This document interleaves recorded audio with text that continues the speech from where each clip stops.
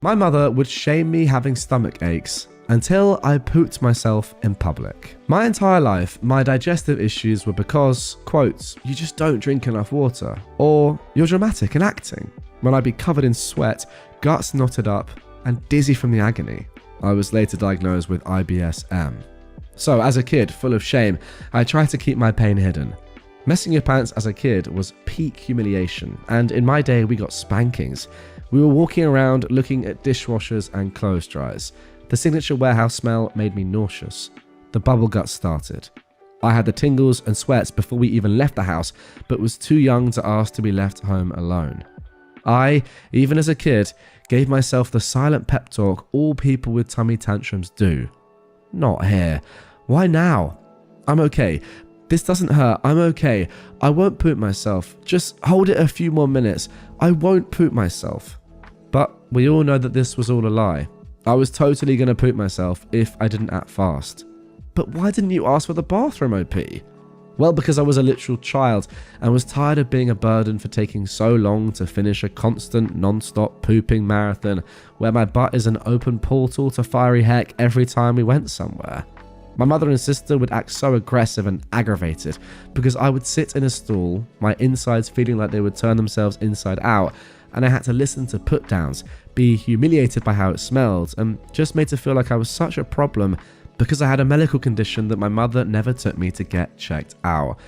Anyway, wow. I mean, that is just really quite sad, isn't it?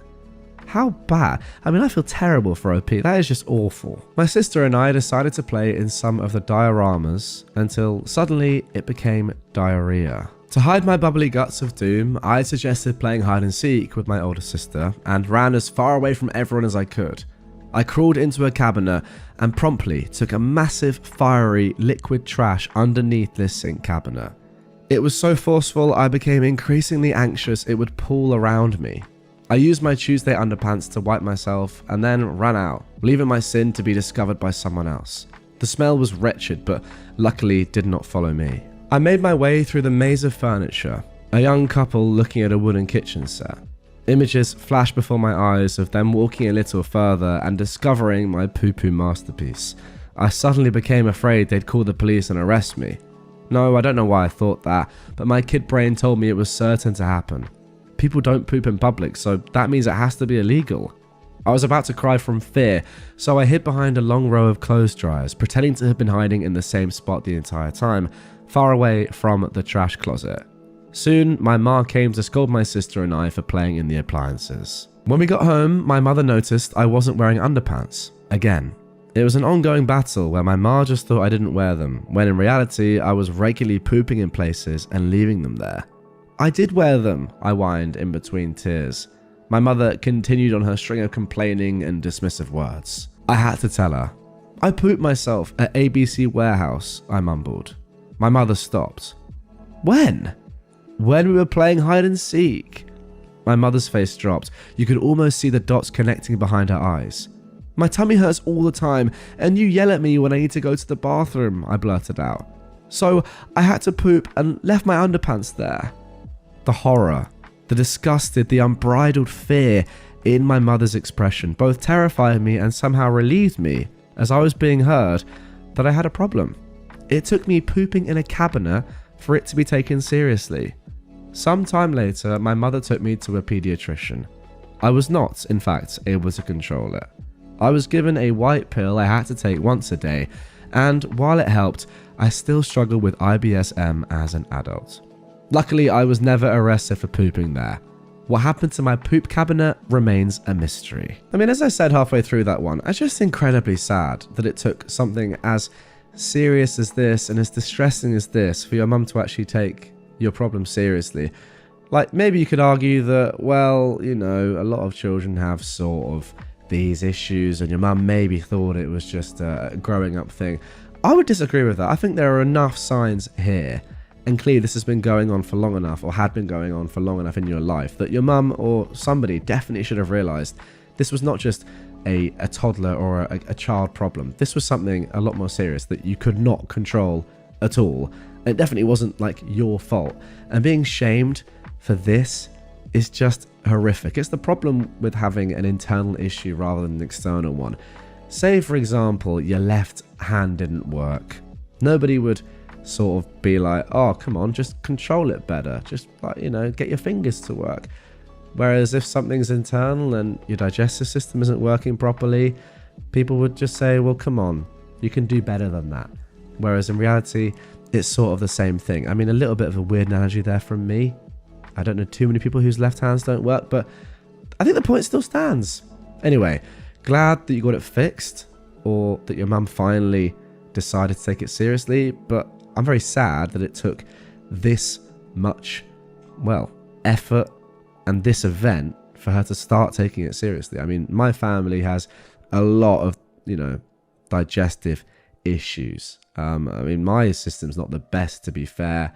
I know my sister struggles a lot. My dad has had a cancer to do with his bowel. So, you know, it's one of those things that means a lot to me when I read a story like this and I understand it.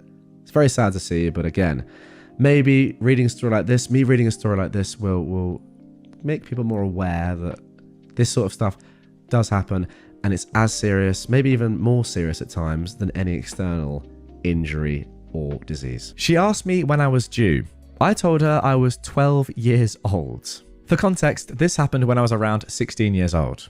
I've always struggled with severe endometriosis, and an unfortunate side effect of endo is severe bloating or endo belly, usually to the point where I look very pregnant. Even after 2 surgeries, I still get it sometimes at 26 years old. At the time, I was 5'6" and about 100 pounds, so I looked like a pole with a huge bump sticking out. I lived with my parents at the time, which was in a small conservative beach town in Florida. Lots of old judgmental people. Okay, I feel like this might take place with very similar people to the first story. 16-year-old me was walking around Walmart, minding my own business, ironically looking for maternity pants because the bloating gets so bad. A woman, probably in her 50s, walked up to me, placed her hand on my stomach happily, and said, "Oh my God, when are you due? You look amazing. You're so young."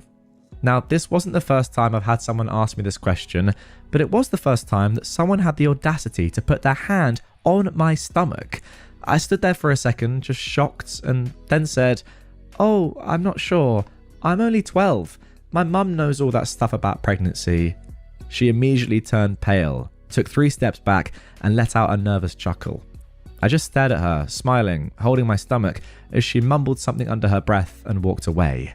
I still try to come up with funny things to say in these situations because it still happens today. No one's ever put their hand on my stomach since that day, but I have been asked when I'm due so many times. If anyone has any good responses to this I could use as a 26-year-old, please let me know. Okay, well, now you're at the age of 26, OP. I would say that, I mean, it's unlikely that the 12-year-old thing is going to fly for that much longer. So if you really want to go crazy, I would go for, it's not a baby, I'm not pregnant, it's a very, very cancerous tumor and I'm going to die next week. Depends what you want to go with, like how harsh you want to be, how bad you want to make someone else feel. I will say this, the fact that she's actually touched you, a stranger has touched your belly, is actually mental. Like, you know, comments, maybe you expect that once in a while, but actual physical touch from someone you don't know is so mad. But yeah, I mean, I'm very, very sad that you suffer with endometriosis. You've said down below, a little bit more context, there's no cure for it. The current gold standard for treatment is laparoscopic excision surgery with an endometriosis specialist. Ugh, sounds tough. But yeah, it's up to you. I'd probably go as harsh as I could, to be honest. I know it's a little bit tough, but do you want to make these people feel really uncomfortable? Yes? Then there's no limit. Mormons need to learn that not everyone can be saved. I am female and live in a predominantly Mormon area of the US. I was a single mother until my son grew up and moved out on his own. I actually grew up and was baptized as Mormon, but I became disillusioned at around 12 years old, and I spent the next 20 years trying to get them to excommunicate me. It didn't work, so I finally resigned. Now, for some reason, the Mormons doubled down on trying to salvage me after I resigned. They sent missionaries to my house, more often than others in the neighborhood. I finally managed to scare the missionaries off for 16 years, I suppose, after 16 years. That's insane. They'd cross to the opposite side of the street that my house is on, at the bottom of my street, and only cross back at the top of the street. Even men I work with are trying to push the issue. The latest one was giving his spiel on the ride into work. I looked at him and I said, "You have worked with me for the past 3 months. Why on earth do you think I would be a part of such a male-dominated religion? I make my own money, I support myself, I supported my child until adulthood, and I don't have to do what anyone says other than the boss. I swear, drink, and I smoke. What about that leads you to believe that I want some man in a suit telling me how to live my life?" Now, this dumb idiot actually had the nerve to then try and tell me that the Mormon religion is not male-dominated. I then asked, "So women are allowed to hold the priesthood and wear slacks to church now?" Not another word was said the rest of the ride into work, and he found a different carpool the next day. The missionaries knocking on my door today reminded me of that conversation. I ignored them and continued cleaning the bathroom until they went away. Now I'm off to plot how to scare them away for 16 years a second time. Oh, I see, so you actually did scare them away for a whole 16 years the first time. Wow. I'm thinking of having a door sign saying that religious peddlers will be sacrificed to the old gods, but also thinking of answering the door and saying, "Oh, I thought the coven said they didn't have any blood sacrifices available. Come on in. It will just take a few minutes to set up the altar." Oh my goodness me. Now I want to know what you did, OP, to scare these guys off for 16 years, and then after 16 years, why they came back. I mean, to the extent that they were crossing the road to avoid your house. What did you do? There are actually a couple of updates to this one which might enlighten us. The first is this. I decided to go the nice route with getting rid of the missionaries. I called my cousin, the bishop, that helped me get rid of the missionaries the first time this morning, and I let him know that they were becoming a problem once again. He agreed to make the appropriate calls and get me back on the no contact list. I'm very thankful for everyone's suggestions. You're all the best. Thank you all. And update 2. I'm going to spend some time at Thanksgiving dinner at my mother's tomorrow, trying to find out who sent them after me again. If I find out, I'm going to donate $10 in their name, with their address included, to Scientology. Alright, social experiment time, guys. And I do mean this. If you're a Mormon, can you comment down below and just tell me about being a Mormon and why you're a Mormon? If you like it, why other people should be a Mormon. That's it. I don't want to give any more thoughts on this story, but I just want to social experiment. If there are any Mormons watching or listening, comment down below, because I genuinely do want to hear. Well, I don't know. I don't think I've ever interacted with a Mormon before, so I'm just interested in anything. And I will say that people that are trying to convert you again, it's too much. But yeah, I'm interested. Comment down below if you're a Mormon, and we'll have a conversation. Pharmacist judged my meds. I have severe and chronic treatment-resistant depression, and I have for over 30 years. I take 30 mg of an antidepressant, which offers just enough relief that I don't KMS, while my doctors and I continue to look for other, newer, or more effective options. I've been a part of a good amount of clinical trials over the years, and I've more recently tried TMS, ECT, and the full treatment of esketamine to little effect. I called my pharmacy for a refill, and the guy who answered and took my info saw my prescription and said, "You shouldn't be on that much. The limit is 20 mg. I can't send in this request." Now, it is the limit for some diagnoses, but not others, and he doesn't have my diagnosis info, as far as I know. I replied with, "If I only took 20 mg, I'd be dead by now." Cue awkward silence. He stammered, Well, I guess it's between you and your doctor then. I'll just send in that refill request." I just said thanks and hung up. He's not young, he's not new. I've seen him there for a decent amount of time. He should know better, to be honest. Oh, and also, that same med is prescribed for up to 80 mg for another diagnosis. I wonder what he'd do if he saw that prescription, and how many people have had an issue so far. Okay, now this is really bad, because I don't know how it works in different countries, but in the UK, there's I mean, I'm sure it's the same in the US as well, but like there's patient like protection, as in only your doctor, I think, is allowed to know what you've been prescribed and sort of, yeah, I mean, like, you know, what your issues are. A pharmacist isn't allowed to. The pharmacist obviously knows what to give you and what you've been prescribed. Sorry, of course they do, but they don't know what's wrong with you, what you're suffering with. I don't think. I mean, correct me if I'm wrong here. I don't think they're allowed to know. There must be some sort of privacy agreement in every single country. Otherwise, it would just be a bit weird. But yeah, the fact that this person isn't new and has been doing it for ages and is then questioning what medication you're on, that it's too much, even though it's been sent, I presume, from a doctor to them. It's so weird. I mean, usually I think the doctor just sends what you need to the pharmacy, then you go and pick it up and that's it. No questions. You just say your name and you get what you need. This is mad and very, very, invasive actually. I'm already diabetic. I used to work at a doctor's office where drug reps would bring us lunch and breakfast fairly often. And sometimes coffee and donuts too. I was the only type 1 diabetic in the office. Sometimes, if I've ridden my bike to work, and OP has chosen to include a bike emoji here just so we know exactly what they're talking about, I would choose to have one of the donuts that the drug reps brought in. I'd check my blood sugar, Google the exact carbohydrate count of the donut, give my insulin, then wait 5 to 10 minutes to eat so my insulin and the sugar would take effect around the same time. But OP, are you allowed to have all that sugar? You've got diabetes, one of the nurses would exclaim. A woman whose desk job did not help her 5'4" self drop enough weight to get off metformin, as she ate her 3 donuts and drank her morning extra large Mountain Dew. I'm allowed. I followed my doctor's orders specifically to have something sugary both before and after an exercise, was my response for several weeks. Finally though, I added, besides, I've already got diabetes. Unlike you, I can't give it to myself. She finally stopped. Well, thankfully, OP, you work in medical care where she can get that burn checked out. I pretended to be gay so that 2 loudly homophobic guys would get arrested. This is a true story that happened a few years back. I'm sitting at a bar, 3 beers deep, with a group of heterosexual guys, I should add, friends that I hadn't seen in a while. 2 guys at the table next to us start using homophobic slurs for no reason, ranting about how gay people are disgusting, etc. Now, of course, we couldn't let that fly, and we asked them if they had a problem with it, and that we were, in fact, homosexual ourselves. The first guy suddenly jumps on my friend, breaks his glasses, and tips our entire table and drinks on the ground.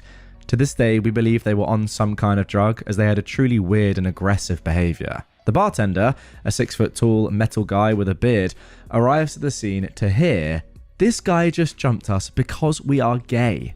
The guy keeps being aggressive. The bartender immediately breaks his nose with a punch. The police arrive at the scene, the bartender corroborates our story, and the police arrest both guys. We had to testify at the police station so that my friend would get his new glasses reimbursed. We kept the same story all night, so the 2 guys got a hate crime charge. Well, there we go. A pretty chaotic start to this episode, but goodness me, that is the justice and the outcome that we all wanted to see. I mean, yeah, I completely agree with you. It would be very strange if these guys weren't on some sort of drug. I mean, the way they've acted there is just absolutely insane. I mean, being homophobic is one thing, but then jumping on someone who says they're gay, maybe they just are like that, and I know people like that do exist, but that seems a little bit extreme. Nonetheless, though, I can't believe people like this do exist, and thank God that they're getting charged. I would actually love to know, and let me know in the comments down below if you know. What can I expect? What can we expect these people to get charged with? Like, are they going to go to prison? Are they going to have to do community service? Are they just going to have to pay a fine? Will they kind of get off?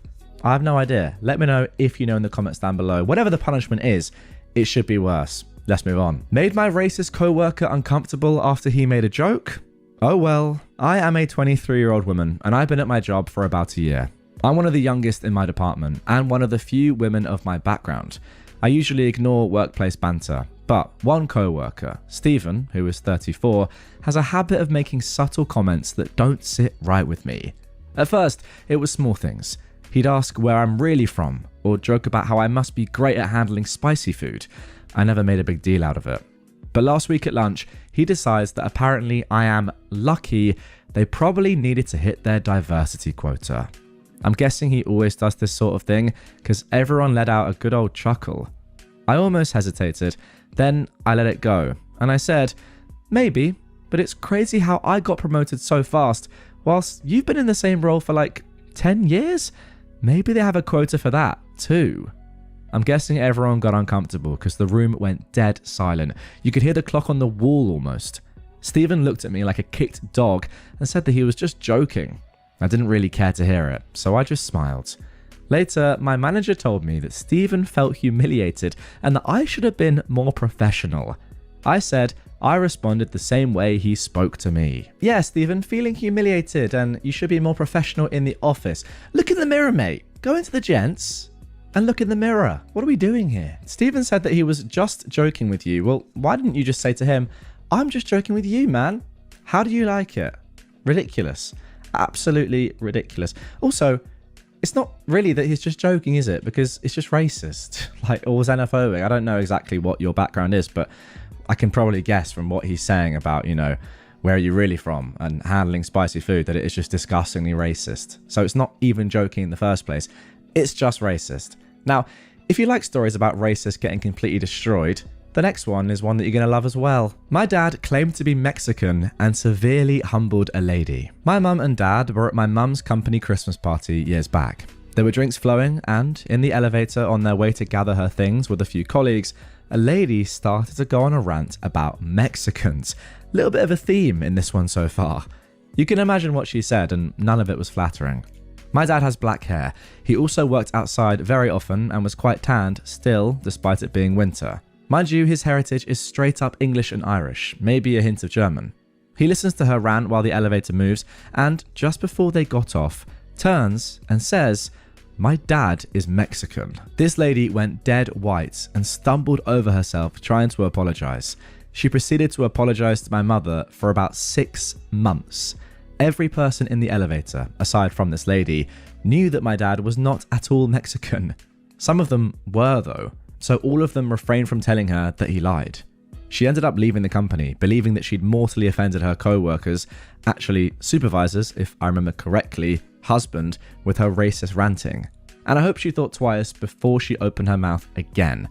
I don't think she should have had to leave the company there, guys. I think she should have been fired. I'm sorry. Doesn't matter if anyone's Mexican or not. Someone should have reported her. That's crazy. Now, what's great is that people in the comments here are saying, as a Mexican, your dad is officially an honorary Mexican now.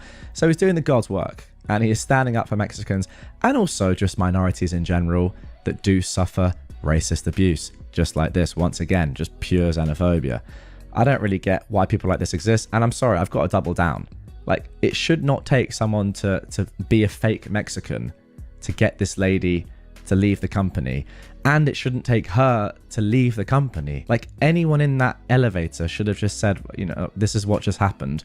One person corroborates it. I mean, ideally everyone, but all you need is one person. And surely she's gone. Like, you can't have someone like that working at a company. It doesn't matter how good they are at their job, like, at all. Or if anyone Mexican was in the lift or not. It's just racism. Get her out of there. It's actually pretty disgusting that she left seemingly on her own terms. Ridiculous. Also, why was she just upset when she got caught? Like, so pretty much, if there had been no Mexicans in the elevator and everyone would have agreed with her and said, yeah, you know what, you're so right, man, we hate them. She would have been like, yeah, we do. I hate them. But no, because one person was actually Mexican, or at least claimed to be Mexican, she then felt upset about it. What if other people in the elevator weren't Mexican themselves, but I don't know, had Mexican friends or people they knew that were Mexican? Like, this woman is so stupid that she felt sorry because somebody was Mexican, but didn't feel sorry because of what she said in the first place to people that she thought weren't Mexican. I don't know. Dumb woman, get her out the company. Why does she get to work from home and I can't? At my job, we're supposed to be in the office a couple of days a week. I'm in almost every day, as that's my preference, while others stick to their work from home days quite strictly, which is also fine. But I have one colleague who I work with closely that previously came into the office, but now gets to work from home full time. And I'll add that she is great at her job and a joy to work with. Slowly, it was noticed by a few people that she was never in the office, and they started making comments how it was strange, she was lucky, she must have found a reason for an exemption or has some sort of special arrangement. They would look at me and wait for me to say something negative or complain, but I wouldn't say much other than that she works from home due to personal reasons, as it's not my info to share with others, and she is always available virtually if people need to meet or chat about a project. We were having a larger Teams meeting recently, and one of these nosy Nancys raised it in a passive-aggressive way, saying how she hasn't seen her in ages and she's always at home, and it would be great to see her in the office sometime, as their team all have to be in a couple of days a week.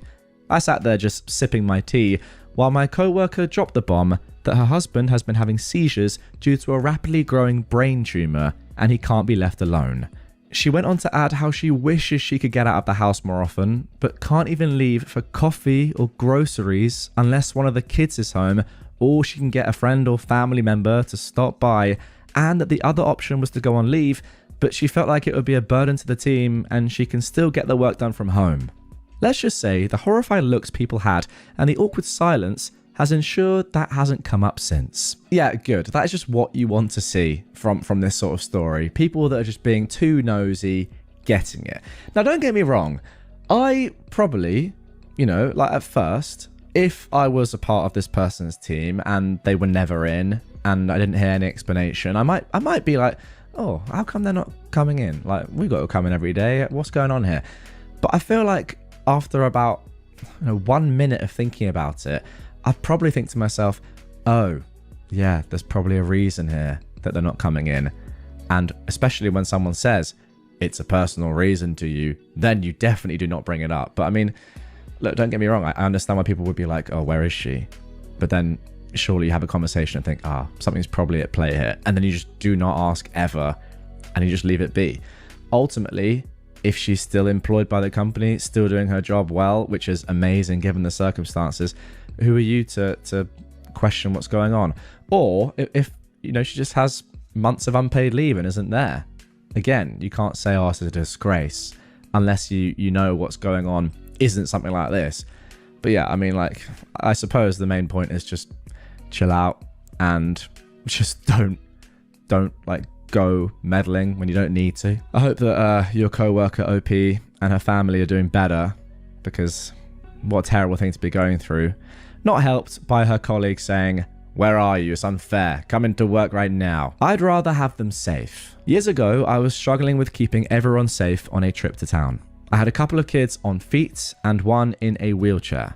The two on feet were absolutely determined to run away anytime my back was turned.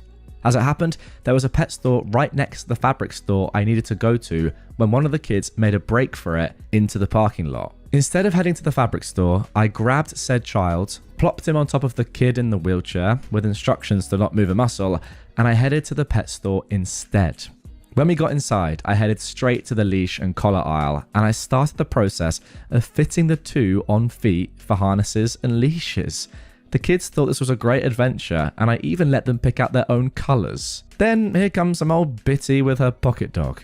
She started out with just huffing and sighing, but within about 30 seconds, she evidently couldn't control herself any longer. That's the most cruel thing I've ever seen, treating children like dogs. From my crouched position, I replied, well, I'd rather have them treated like dogs than hit by a car, and I went back to fitting the harness that I was working on. All she could come up with was, well, I guess. The kids got their harnesses and leashes. I got my fabric. Nobody got hurt. Later on, when we went to Disney, we had people stopping us and offering up to $100 for the harnesses. Nope, sorry. You can hit up the pet store for your own. Okay, what I will say is reading this story, I was a little bit surprised by the fact that you, OP, went into a pet store to get your kids a lead and a harness. I'm presuming, by the way, that these aren't harnesses and leashes for kids, unless pet shops actually have these things for kids. I doubt they do. However, actually, maybe it's thinking on your feet. Very clever. And as you can see by the people in Disney who were probably like, whoa, that's a good idea. You've done well. I just can't get over the fact that your kids are wearing dog harnesses. Again, I might be wrong. If pet shops do have harnesses and leads for kids, I'm pretty confident they don't, because the clue's sort of in the name of the shop. But anyway, I completely agree with you. Like, it's better that they're safe. However, I would think it's a bit strange, like, that they're just knocking about in a dog harness. Now, if they were in like a normal kids harness, I would say 100% yes. And I have absolutely nothing against kids wearing harnesses with a lead on. It's not like the best thing to see, because you'd be like, oh, well, they're human. It's not ideal. But also they are a young child who could easily just run into a road and die. So yes, I completely agree with you. I'd rather have them safe as well. However, this woman, I mean, I honestly, I can't like say she's like completely in the wrong, Because like, imagine you're just walking along and you see two kids in dog harnesses with a leash. Again, they might not be dog harnesses. I'm happy to hold my hands up if they're not. But I'd be like, okay, what's going on here? So this is probably the one story that I've read so far where I'm a bit more like, well, whatever. You know what? Let me just look this up, right? Leash and collar pet store for kids. It's like, do they do that? They can't. No, it's all pet collars. I'm not being an idiot here, am I? I guess a kid could wear... This is the thing. Actually, like, is a dog harness... Would it not fit on a kid? I mean, it's pretty similar. You just put your arms through it. Maybe I take it back somewhat. Maybe it wouldn't look that weird. And also, I have to remember this. The kid doesn't have to walk on all fours like a dog. It's a great point there. Anyway, let's move on to the next story. Another post reminded me of my blind friend's story about getting her eyes examined. A friend of mine is BLIND blind, like both eyes removed as a toddler with no memory of vision blind. She has prosthetic eyes for both appearance and maintaining the sockets. I'm not exactly sure what it means, but apparently it can cause problems not having orbs in the orbital sockets. She told me the story of how once she went into her eye doctor, obviously to check on her sockets and other anatomy, not her eyes, and the new to her assistant that checked her in asked her to do a routine vision check. I'm completely blind, she told the assistant. Oh, we know, but just so we can get a proper exam of your eyes, we need a record of your vision. My friend kept insisting she was so very, very blind. The assistant kept insisting they needed the exam to check on her eyes. Finally, fed up, my friend popped out one of her prosthetic eyes and held it out to the assistant and said, "Here, now you can examine it all you want." The doctor was apparently apologetic. I asked why her guide dog wasn't a giveaway. She hadn't brought her as it was just easier to have her husband take her.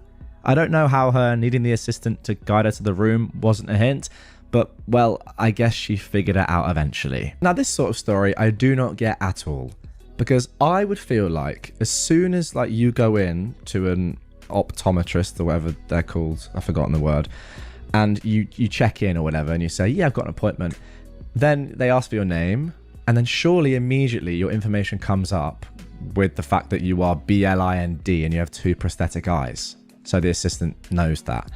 If you're brand new and your prosthetics are really good and you say, I'm blind, and you don't actually actively explain, like, I have two prosthetic eyes, this, I don't really, like, the assistant can just say what she said and that's all right. Like, you haven't actually, like, when you say you're completely blind, I don't know. I kind of get it from the assistant. Like, she might be like, well, we'll just do an examination for other reasons of your eye, etc., etc. Because completely blind, I mean, that is like, completely is a subjective word when someone is telling it to you. However, if you just said to them, I have two prosthetic eyes, then she would have been like, okay, well, obviously you can't see. However, I feel like it should have just been on your records anyway. The eye test itself would have been very funny, and I kind of feel like you should have just gone through with it and just taken the mick. Like, imagine the person or the assistant or the whatever, the doctor saying, you know, read me that third line on the chart as far down as you can. And you go, what chart? And they're like, the one on the wall. What wall? The one in this room. What room? I don't even know where I am, because that is how blindness works. I mean, I'm not being an idiot, but I do feel like the assistant asking for just a basic vision test, and again, unless she has the information on her screen in front of her, which she should have done, isn't that crazy of a suggestion? Like, if someone said to me, I'm deaf, completely deaf, and I said, okay, let's do a hearing test, that's not that stupid, because we could be checking for other things at the same time, or like pressure, etc., etc.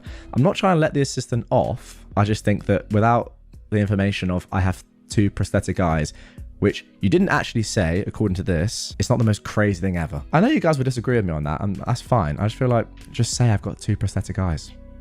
There you go. Now for our final story of this one. Unsolicited family planning advice didn't get him an answer he liked. A couple of months ago, I went out to visit my parents and some family for the holidays. I took an evening to go and visit my aunt and her husband during our trip. Now, I love my aunt's husband. He's a fantastic and loving dad and grandfather, and has always been one of my favourite people. He's pretty solid in his religious faith, but it translates into love, and he supports their family in a way that I've always been envious of. Both my kids are unplanned, having been told before the first that I couldn't have kids, and then my youngest is here despite 3 birth control methods failing, including a condom, Plan B, and a month of the patch. We had another pregnancy less than a year after my youngest was born from failed birth control that I terminated, and my partner went for a vasectomy a month after that. My partner and I currently pay more in daycare than our mortgage, and our oldest also has an autoimmune condition. We have no familial support system. We're just barely making it financially and mentally, so we have decided that our youngest is definitely our last. During this visit, my aunt took my oldest to go work on her Lego advent calendar, while I chatted with her husband, Paul, in the living room, and my toddler played with the dogs. We discussed how cute my little one was, and Paul asked if we were having any more. Now, all my family knows how my last pregnancy ended. I'm not ashamed of it, so he actually already knew this before asking. I told him, no, my 2 were more than enough, and my partner is sterile now. We don't have the support or funds to care for another without making the 2 we have suffer. He said, you never know, the next one could be an angel. And I shot back before I could catch myself. Technically, the next one is an angel. Oh, wow. What a line, by the way. That might be one of the best single lines of rebuttal I've ever heard. That just sums up this subreddit so well. Wow. That is just 7 words that are just plucked from heaven, for want of a better phrase, but just pure perfection from OP. Sorry. That is just phenomenal. Anyway, we both had a cringe face for a moment, and then he quickly moved on to a new topic of conversation. I know he meant well because he loves his family and grandbabies. His family is everything to him.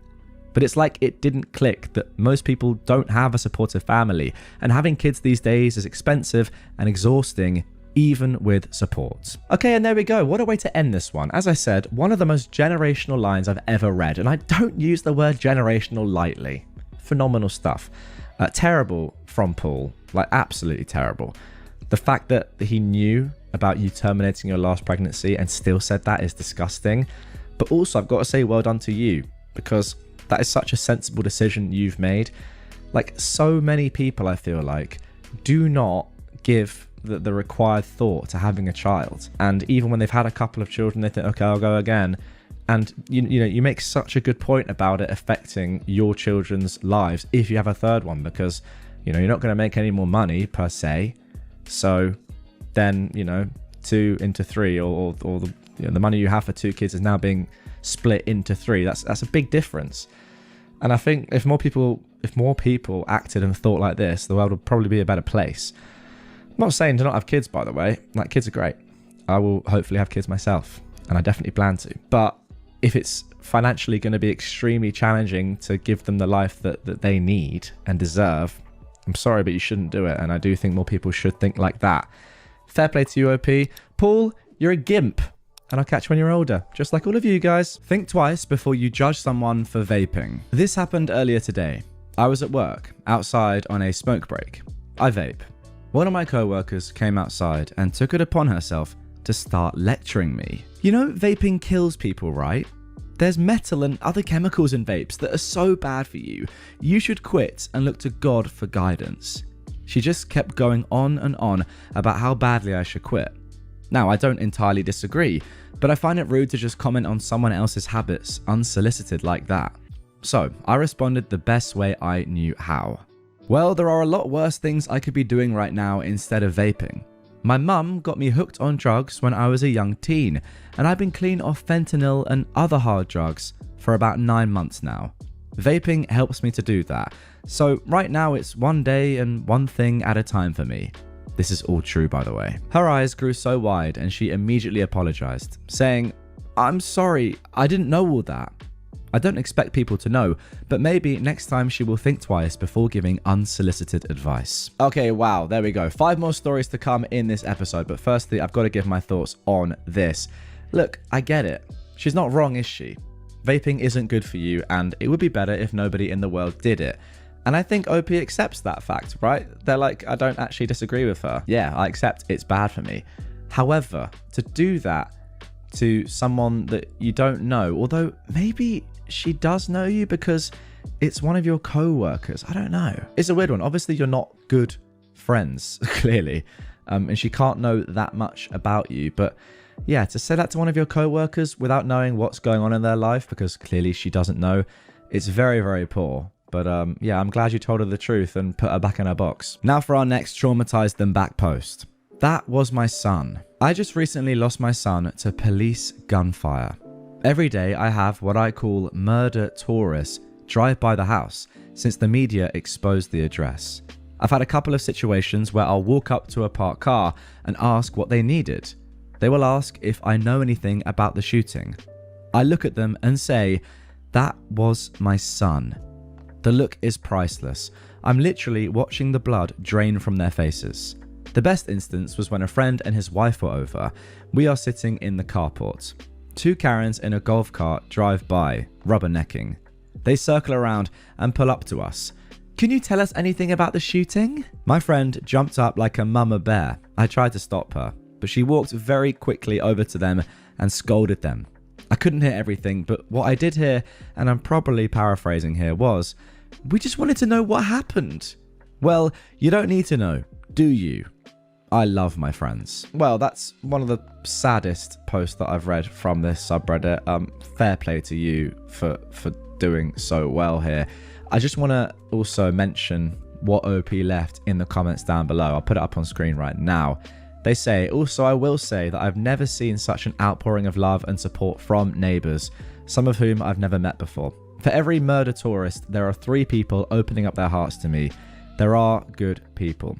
Also, I forgot to mention, one woman gave me $60 to help with funeral expenses. She said she wasn't rich, but she understood what I was going through because of personal experience.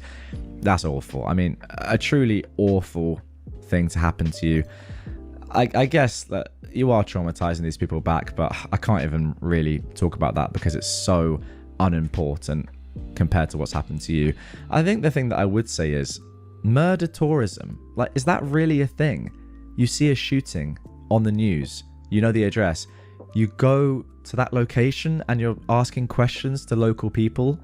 Obviously, there's a decent chance that someone's going to know something and someone's going to know someone that was involved in this if you're asking people that are on the street. It's crazy that this even exists. Murder tourism. Is that a thing? That is disgusting. Anyway, 4 more posts to come. Let's get into the next. Homophobic parents? Be even more homophobic. Hi, for some context, I, a 16-year-old guy, am gay. I'm only out to my group of besties and my brother though. I'm part of a Muslim family. They're wonderful, and I love them with my whole heart and soul, but my mum and stepdad, my mum's 42 and my stepdad is 46, are homophobic. My brother, who's 13, isn't as much, though he does have some slight aversion to the LGBT community. So, we were on a road trip on our way to some auntie's house, and me and my brother were watching Mean Girls on my phone, having a good time. The jokes were funny, and my parents were chatting indistinctively. That is, until a certain joke happens in the movie. I think the joke was about some kids holding a gun, saying they used it to hunt animals and homosexuals. I laughed, because, haha, get it? Southern Americans, am I right? But my dad was not having it. In the middle of the road, he turns to see me and my brother and says in a kind of threatening tone, "Did I just hear the word homosexuals?" I said, yeah, and that it was just a joke in the movie. Then he said, "I better not see you watching that weird gay content," with my mum just nodding and saying yes. I was livid, but I quickly came up with a good answer to that. "Oh, don't worry, Dad. The joke is about shooting down gay people, as it should be," I said with a smile on my face. My brother just looked at me with a face that screamed, "Dude, what the F?" My mum looked at me with a similar face, but slightly worried. And my dad just muttered, "Well, don't say that. You must respect others." He just tells me to stop talking and says that we must be good to others and respect them and blah blah blah. Since then, they haven't even muttered a word whenever I mention something LGBT related. The biggest reaction I got was when I got an eye roll from my mum when I pulled out the 1,500 species of animals have homosexual tendencies, only one is homophobic card. I kind of feel like a jerk for that, but I felt really frustrated with the whole homophobia and hypocrisy from other Muslims. I'm proudly Muslim, but I really hate when people say that it's the most peaceful religion and Muslims are so kind and loving, when my very existence is a crime in the eyes of my family and the entire country I live in right now. Anyway, remember to treat others as you'd like them to treat you. Have a wonderful day, and remember to drink water. Well, you know what? Thank you very much, OP, because I'd just forgotten. So what I'm going to do now is take a lovely long sip. Oh, and a cheeky gargle as well. Yeah, very interesting last couple of sentences from you there, saying that you don't like the fact that Muslims are, or Islam is the most powerful religion and Muslims are so kind and loving when your sexuality isn't actually accepted by Islam. Interesting point. But yeah, it's a weird one. I don't want to get into the depths of this in terms of your religion versus how you actually like interact with other people and appreciate other people's sexuality, gender, whatever it is. It's a bit of a lose-lose situation, I think, if I go down that road. But you handled yourself well there, I suppose. And hopefully, at one point, you will feel comfortable enough to have that conversation with your parents. But I don't know, it's going to be tough, isn't it? Now, interestingly, the next post comes from that same person. They've posted again. Am I, quote, acting autistic? Well, guess why. Hi there, they say. I recently posted another story in here and you all really liked it, the one I just read, so I thought it would be nice to share another one. This one is not about homophobia though, it's about autism. For some context, I suspect I have autism. I have hyperfixations, I stim quite often, I'm kind of noise sensitive, I have trouble communicating, etc. I'm currently going to a psychiatrist, but it's not to get a diagnosis. My mum doesn't think I'm autistic, and one of my besties, who has autism, also thinks that I'm actually probably autistic. So this story starts with me leaving the prayer room at my school. This prayer room is located right next to some stairs. Luckily, not many people use them, so I don't have to deal with kids often. Not this time though. As I was leaving, a kid, 12 or 13-year-old guy, was going down the stairs and sees me walking out of the prayer room, and I guess he didn't know what that place was for, so he asked me what I was doing there. Not only did my social anxiety kick in, but I also don't really like talking about religion, especially to children, so I wanted to leave the conversation as soon as possible, while also being funny. And I said, "Oh, magic rituals, of course." I chuckled a little, but the kid was pretty serious. He looked at me dead in the eyes and says, "Why are you acting so autistic, bro? Stop that. It's so weird." I was obviously flabbergasted. I assumed that I was acting a little robotic. It happens sometimes, especially when I get socially anxious, which I assume is what he meant by weird. But also, dude, I don't know you. So I did something that kind of gives me mixed feelings. I looked at him with a smile, and this is the conversation that transpired.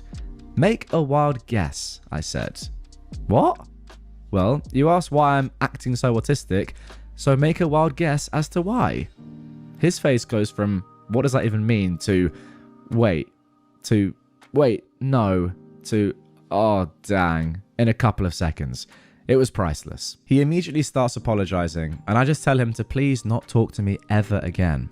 It turns out he's one of my brother's besties, so my brother comes to talk to me soon after, saying that he didn't mean to insult me, he just uses the word autistic often. I told him it's fine, but I was still pretty offended, and that his friend shouldn't call others autistic with bad connotations. I told my friends about that, and they were all pretty supportive. I didn't tell them about the clever comeback part of the story though. I think I was a bit of a jerk there, because he was just a kid, and I insinuated I have autism without having a proper diagnosis, but whatever. I still got some laughs out of it, at least, and the kid's insult was actually kind of affirming in the end. Remember, children, don't tell strangers at school that they're acting autistic. Drink lots of water and have a nice day. Now, I would drink some more water, OP, but I just did, and I don't think the people listening to this want to hear me gargle again. But I will drink some more very, very soon. However, update. There is an update to come here. So, I just left school and I saw my brother and two of his friends. One of them is the kid from before. I'll call him Alex. The other will be Patrick. I was chatting with my brother and Patrick says hi. My brother proceeds to ask me which of them I like most. Here is how the conversation went. It's worth explaining that both my friends and my brothers know about the story above, except, you know, the clever comeback part. My brother says, "Patrick is nice, right?" I reply, "Yeah, I like him better than Alex." Alex then says, "What, do you think I care?" "Oh, sorry," I reply. "Am I too autistic for you to care?" Immature as frick? Yeah, but his face was priceless. Also, F you. I just left the first batch of my finals. I've got no patience to deal with this BS. All right, get in the comments down below, guys. What do you think? Is using words like autistic, gay, etc. to insult people, is that funny? Let me know in the comments down below. Very interested to hear your thoughts. I think I probably know the answer, but I want to know your thoughts anyway. And be honest. All right? Seriously. There's no hiding. This is real life. What the does that even mean? Someone left a funny comment, actually, that I'm just reading here. One time in high school, some kid spilled yogurt in his lunchbox, and his friends were like, that's so autistic. I ignored it because I didn't know them and was too anxious to speak to them. But in my head, I imagined saying, well, I'm autistic and I didn't spill yogurt. Yeah, you're just dumb. Simple as that. All right, 2 more stories to go in this episode. The 5th one is very, very strange, to be honest. And the last one is ultimately pretty sad. Now moving on to our 5th post. He made it weird. I made it weirder. Once upon a forever ago, I lived in a small town and had dated 2 friends from a group at different times. Years apart. Small town etiquette was observed. One night I was hanging out and one of the friends I hadn't had much of a rapport with decides to loudly say across the room, so, you slept with both friend 1 and friend 2. How was it? Who was better? Obviously he's trying to embarrass me, but our flings weren't secret. Again, small town. So he was just being a jerk, trying to stir drama, which again was weird, as only friend 2 was there. Now I'm a few drinks into my night at this point and unbothered, so I replied just as loudly, dude, if you want to know how they are in bed, you should F them yourself. He left me alone after that. I mean, that is a quick, witty response, and it's the perfect thing to say in this situation. I can't say anything more than that. I don't actually think that that's that weird of a comment to say. I mean, like, I've definitely said stupid stuff like that before, so I'm not going to say that your friend's really, really weird. Just a bit of banter.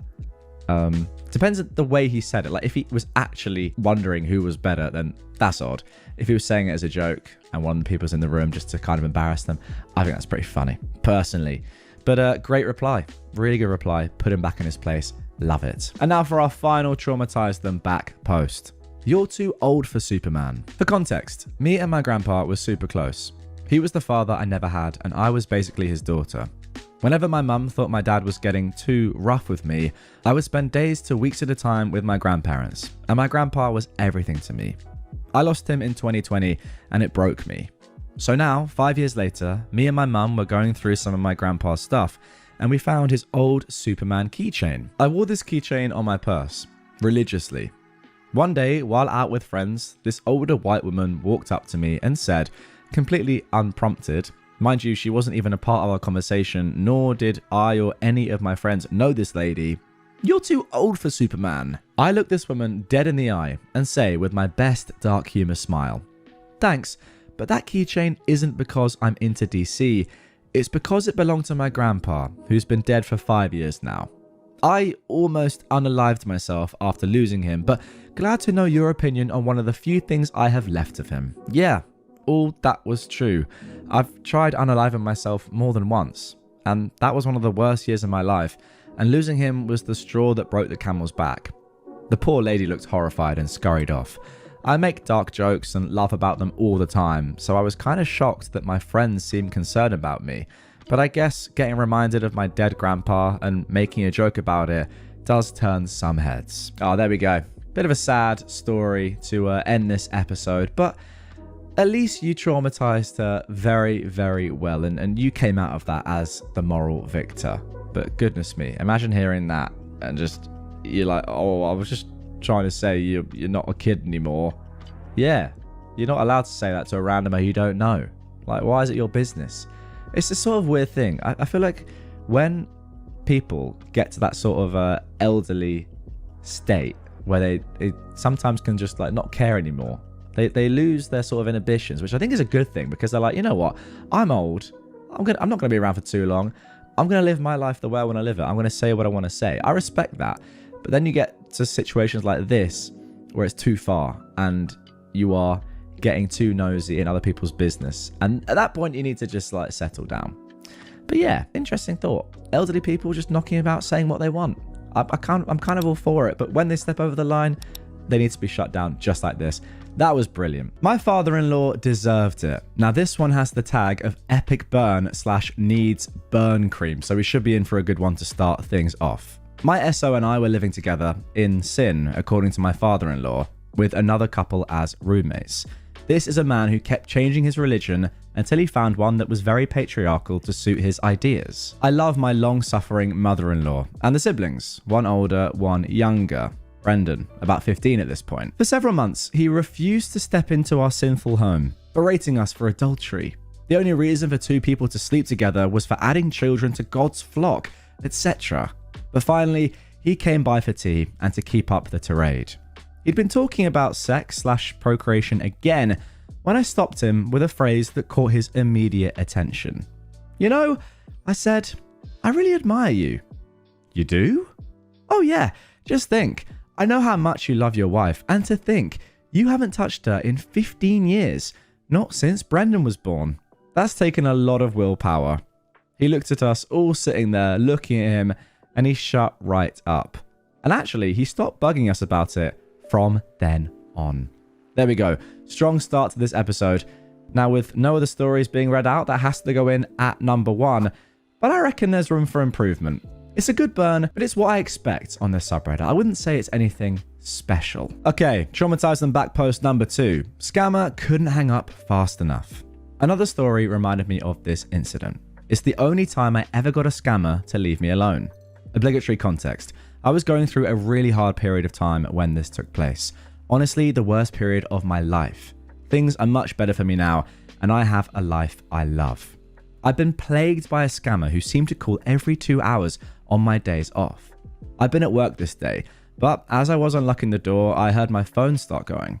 I dashed to pick it up because I was waiting for news from my parents about my unwell baby nephew. The scammer said, "Hello, is this OP?"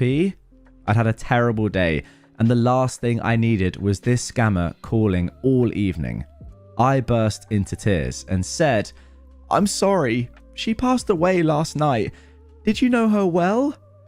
Click.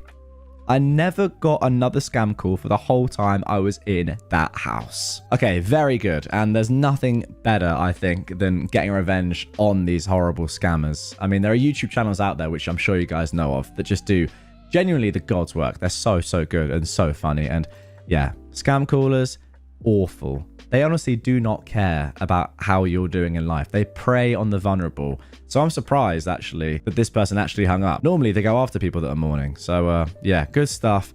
Because I hate scammers so much, I think this goes into number 1, and the first story drops down to number 2. Okay, now moving on to number 3. I watched him sink into the floor, and it was so satisfying. The tag here is clever comeback. That could really tempt me to push this into number 1. Let's see.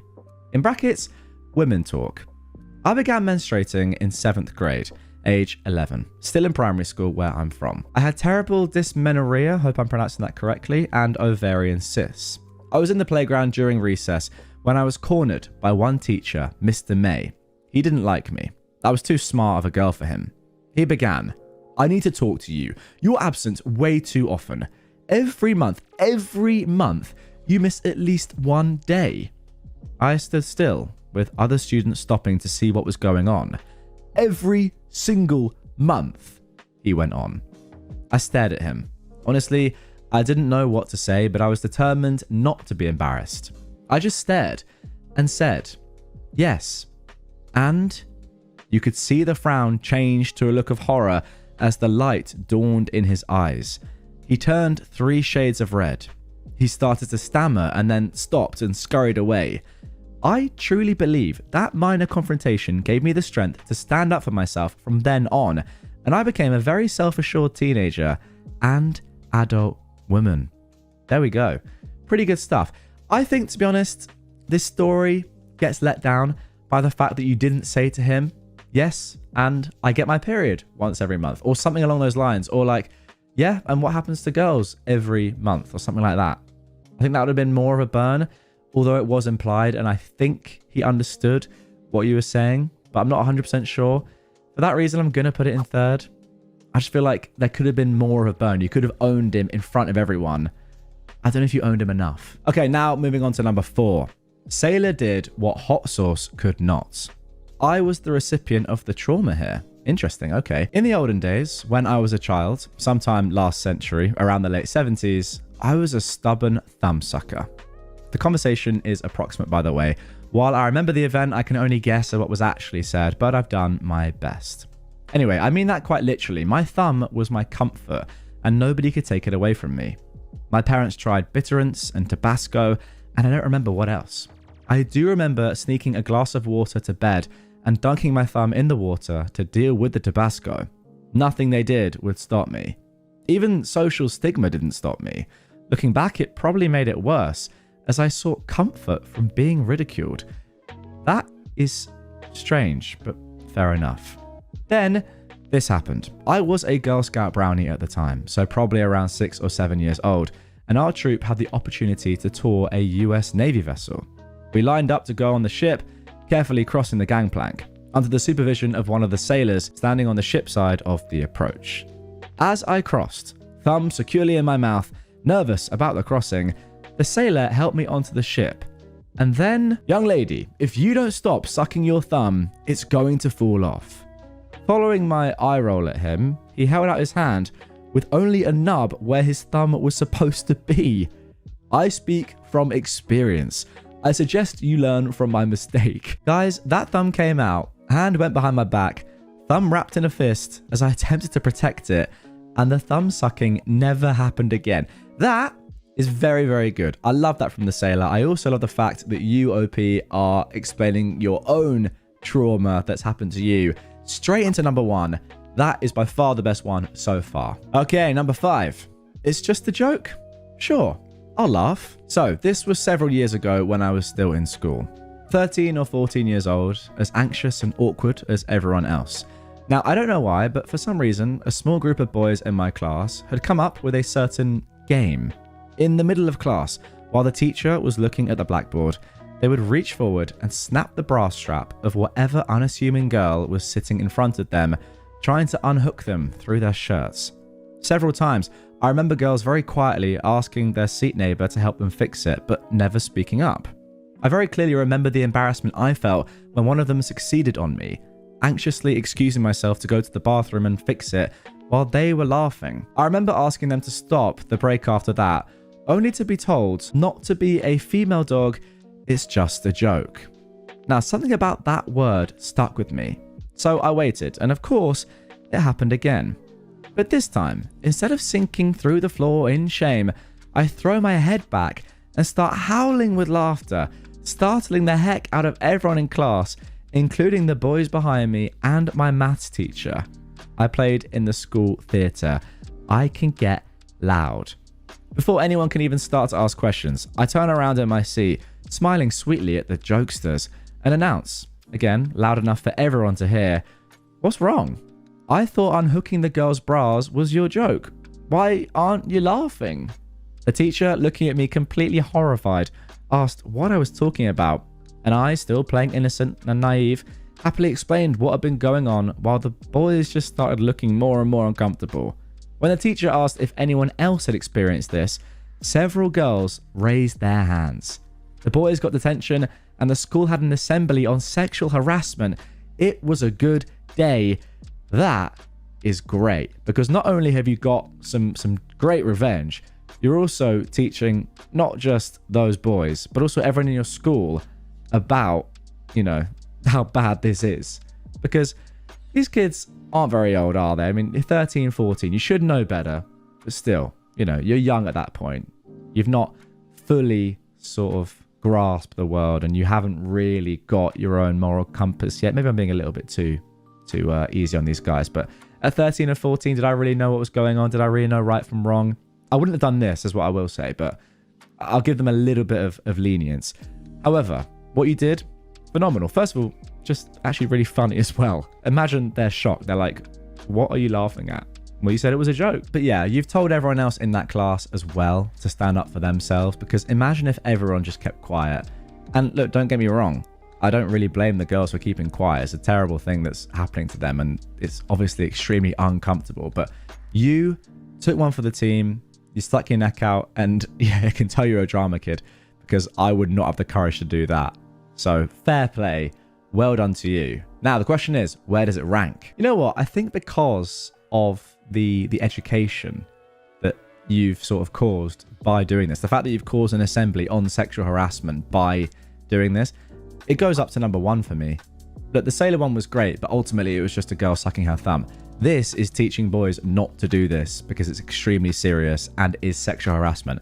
Up to number 1. Okay, now we're into the second half of the post. This is number 6. Don't ask a question if you aren't ready for the answer. I was meeting my in-laws and I was warned that my father-in-law tends to be inappropriate as a way to make other people uncomfortable. He's harmless, just a jerk. So while we were there, father-in-law starts drinking. Then he said, "Here's a way you can tell a lot about a woman. Are you shaved or natural?" Then he looked at my crotch. What the heck? Like, maybe I'm going too far here, but if the girl that I was dating, if their parents said something like that to me, I actually don't think I could be with that girl anymore. Is that unfair? Like, you're marrying into that family, and I know, like, the girl is her own person, but how can you say something like that and then like, associate yourself with that family? Maybe that's too harsh. What a weird thing to say. Anyway, and also, this is a man to a woman. Remember that, which makes it even weirder. OP continues. So, I met his gaze and said, "I trim. It's the best way to be hygienic without causing skin issues." He turned bright red and couldn't believe I answered. He never made a comment like that again to me because I, quote, "wasn't any fun." When we got home, my partner gave me a high five because he'd never seen anyone shut the guy up before. Okay, very good story, but what a creep. Again, similar to the previous story, I think like you've got to stop people like this doing stuff like this. This is, once again, bordering on sexual harassment. It's definitely harassment, isn't it? So for that reason alone, it ranks highly. It's not going to be as high as number 1 because that story was elite. And I think the sailor story was just a bit more funny. So I'm going to put this, actually I'm going to put it at number 4, I think, because the scammer one, again, I hate scammers. That goes in at number 4. Now moving on to number 7. Dark humor got darker than they bargained for. When I was in high school, there were these guys that were friends of a friend, and I'd often eat lunch in the same area. I didn't particularly like them, but I also thought them to be harmless. One day at lunch, I overheard them make a Holocaust joke. Yep, I think it was an oven joke. Haha, very funny.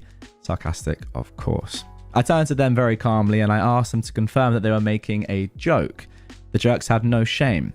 One had said the joke, the other had thought it was hilarious. Once they confirmed, I looked the joke teller straight in the eye and said, "This is honest, I'm Jewish." And I watched the blood absolutely drain from these guys' faces. They were speechless, truly horrified. All of their cocky confidence and their smirks over their edgy, dark humor vanished. I hope they still think about that nearly a decade later.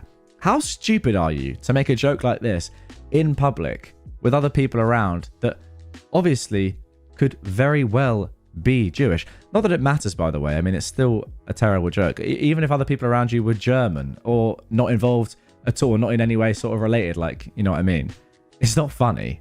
But if you're going to make these jokes, like, at least make them in private. I'm not saying that dark humor doesn't exist, by the way. And I'd be lying if I said I never made a joke bordering on this. Yeah, that's just the truth, all right? So hate me if you want to hate me. But let's be honest. I like dark humor. I think it's quite funny. Not in public, though, where people could get offended and, you know, like, to say this in public and not think and not be surprised that there's a Jewish person that could overhear you is so dumb. Like, you're saying this in public. Oh my God, I'm shocked you're Jewish. Why? A very high percentage of people in the world are Jewish. Like, it's a very common religion. I mean, good revenge from you, but you're just stating a fact. And ultimately, it can't be that good of a revenge because these guys are just idiots. So it's not going to rank that highly for me, but well done for shutting them down nonetheless. I think this one can go in at number 4, below the scammer. I'm just thinking, actually, like, I've got the creepy father-in-law at 4th. Well, now 5th. And the first story, the father-in-law burn, at 6th. I'm just wondering if that should be swapped. We'll think about it at the end. But anyway, that story goes in at number 4. Okay, now moving on to number 8. Thanks for the unsolicited advice on my dying father. Interesting. Got a new co-worker a couple of months back. For reasons, he was obsessed with golfing. After a couple of days of working in each other's vicinity, he decided it was time to get to know his new co-worker, me. It's pretty basic small talk at first, but eventually he starts talking about golf. It's a pleasant enough conversation, and at some point he asked if I ever played. I said no, but that my dad loved to golf. He asked how often my dad golfed, and I gave the answer that he went weekly until he got sick. Oh, well, he can't let some sickness get him down. Gotta power through. That's how you get better. After a while of me dancing around details while he goes on about how my dad needed to get back out there, I finally just tell him that my dad has cancer. Well, he can't let that cancer beat him. My aunt had breast cancer and she never stopped doing the things she loved. Wait, this guy doubled down? Wow, he kept going? Crazy. My dad was diagnosed very recently, so this happened when that wound was very fresh. I interrupted my new friend and I told him that, well, it's a little hard for him to get around now. What with the seizure he had that took his control over the left side of his body, and the surgery he had recently for his stage 4 brain cancer. Holy. I didn't hear another word from him the rest of my shift. He quit before my next one. You got him to quit. He was that embarrassed. Wow. That has catapulted this story right up the leaderboard, I'm going to be honest. The fact that he didn't even come back, he was so shocked. Well, what an idiot. Like, what an idiot. Saying that when you don't know somebody, don't let an illness get them down. Like, that is so dumb. Because you have no idea what illness they might have. But then, when you're told they have cancer, then saying, well, come on, don't let cancer get you down. What? I didn't expect him to be as brain dead as that, but fair play. This is very, very close to the top.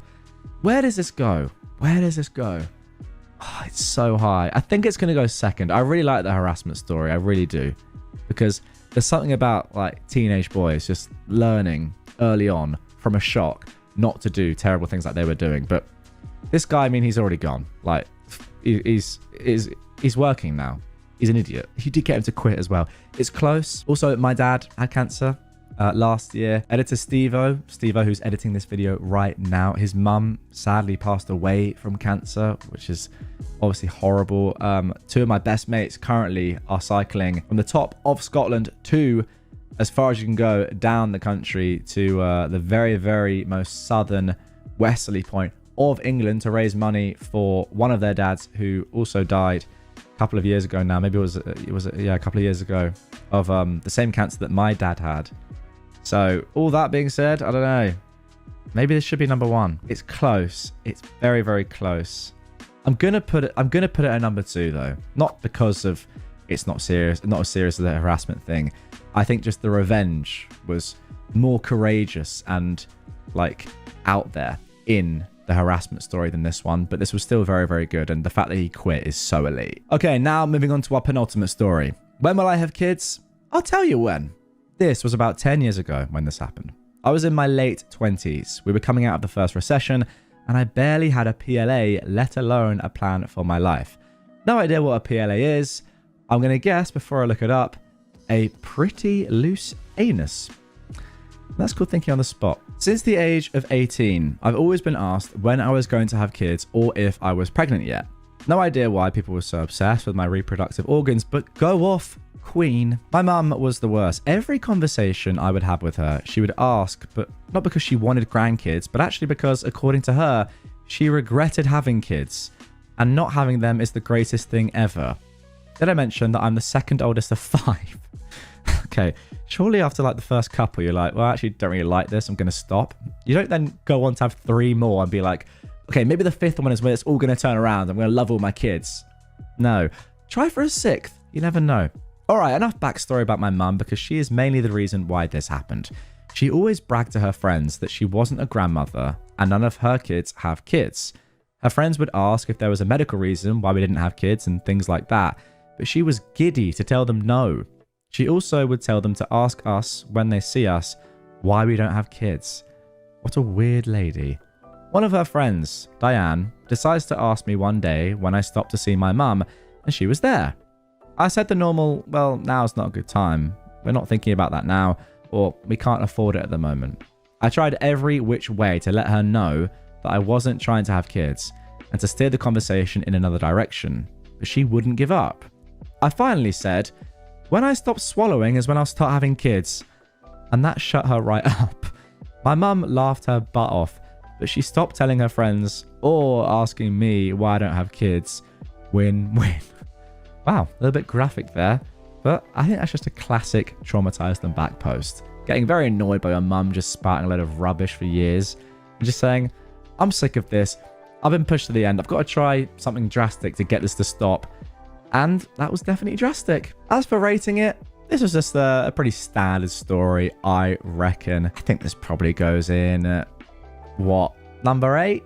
Maybe even number 9. It's average, isn't it? Let's put this bottom. You know, it's funny, but that's about it. Okay, number 10. The final story of this episode. By the way, guys, I hope you've been scribbling notes down, amalgamating your list in your own head. Because I want to see, by the way, at the end, what you're thinking. No. That brother is dead. Trigger warning, death of a sibling. Okay. Obligatory context. 7 years ago. Today is actually the anniversary. That's what inspired me to post. I'm an 18-year-old woman. 3 younger brothers and my mum were involved in a nasty car accident that left my oldest and youngest brothers in the children's ICU at a level 1 trauma center. My oldest brother, 16, was awake and alive, but had several broken bones in his legs that required surgery. My middle brother, 15, and my mum were relatively physically unharmed, but my youngest brother, 11, was severely injured and unfortunately never woke up from the coma he was in for 4 weeks. Oh my goodness me. That is a strong opening paragraph. This all happened in a very small town of about 1,000 people, so everyone knew what was going on. And when my youngest brother eventually passed away, everyone knew that too. Well, almost everyone. So the story.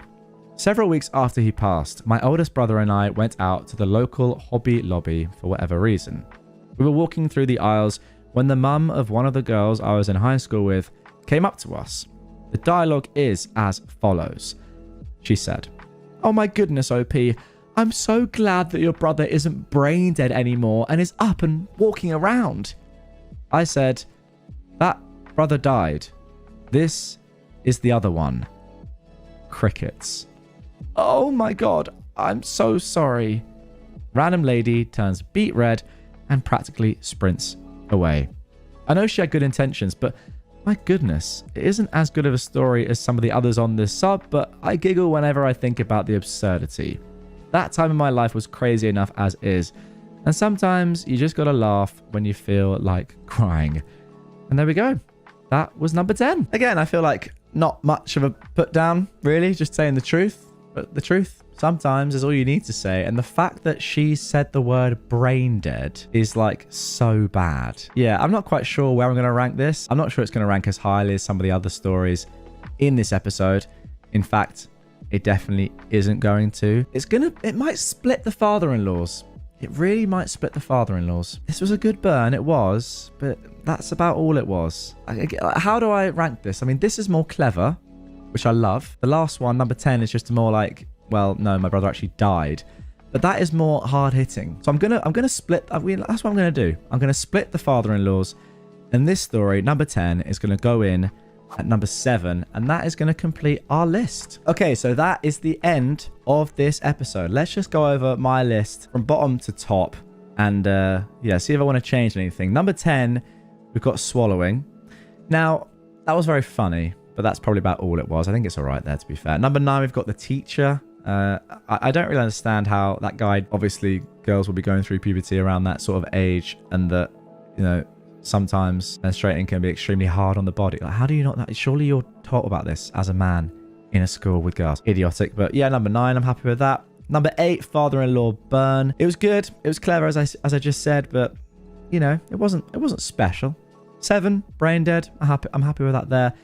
Number 6 is the creepy father-in-law. I've got that as high as I do, not because the revenge was great, just because I feel like that guy needed to be put down. I mean that in more ways than one. Like, he probably should be shot. Dignitas is calling, mate. Answer the phone. Number 5, Jewish. I've written that down as Jewish. I'm not quite sure about that, but anyway. Holocaust jokes, they're funny. Okay? In the right context. Not in public, where people could get offended by them. They're also not that funny. That was a joke in and of itself, but they can be funny if well set up. My sort of mantra with humor is that you've got to laugh at everything, unless it's too soon. I've been to a few concentration camps in my time, and goodness me, are they funny. Dark humor. Number 4, scammer. I'm happy with that there because I do hate scammers. They are terrible people. Number 3, sailor. That is just elite. That probably is the cleverest one of all. The fact that he doesn't have a thumb and he's just like quickly thought about that and just whipped it out.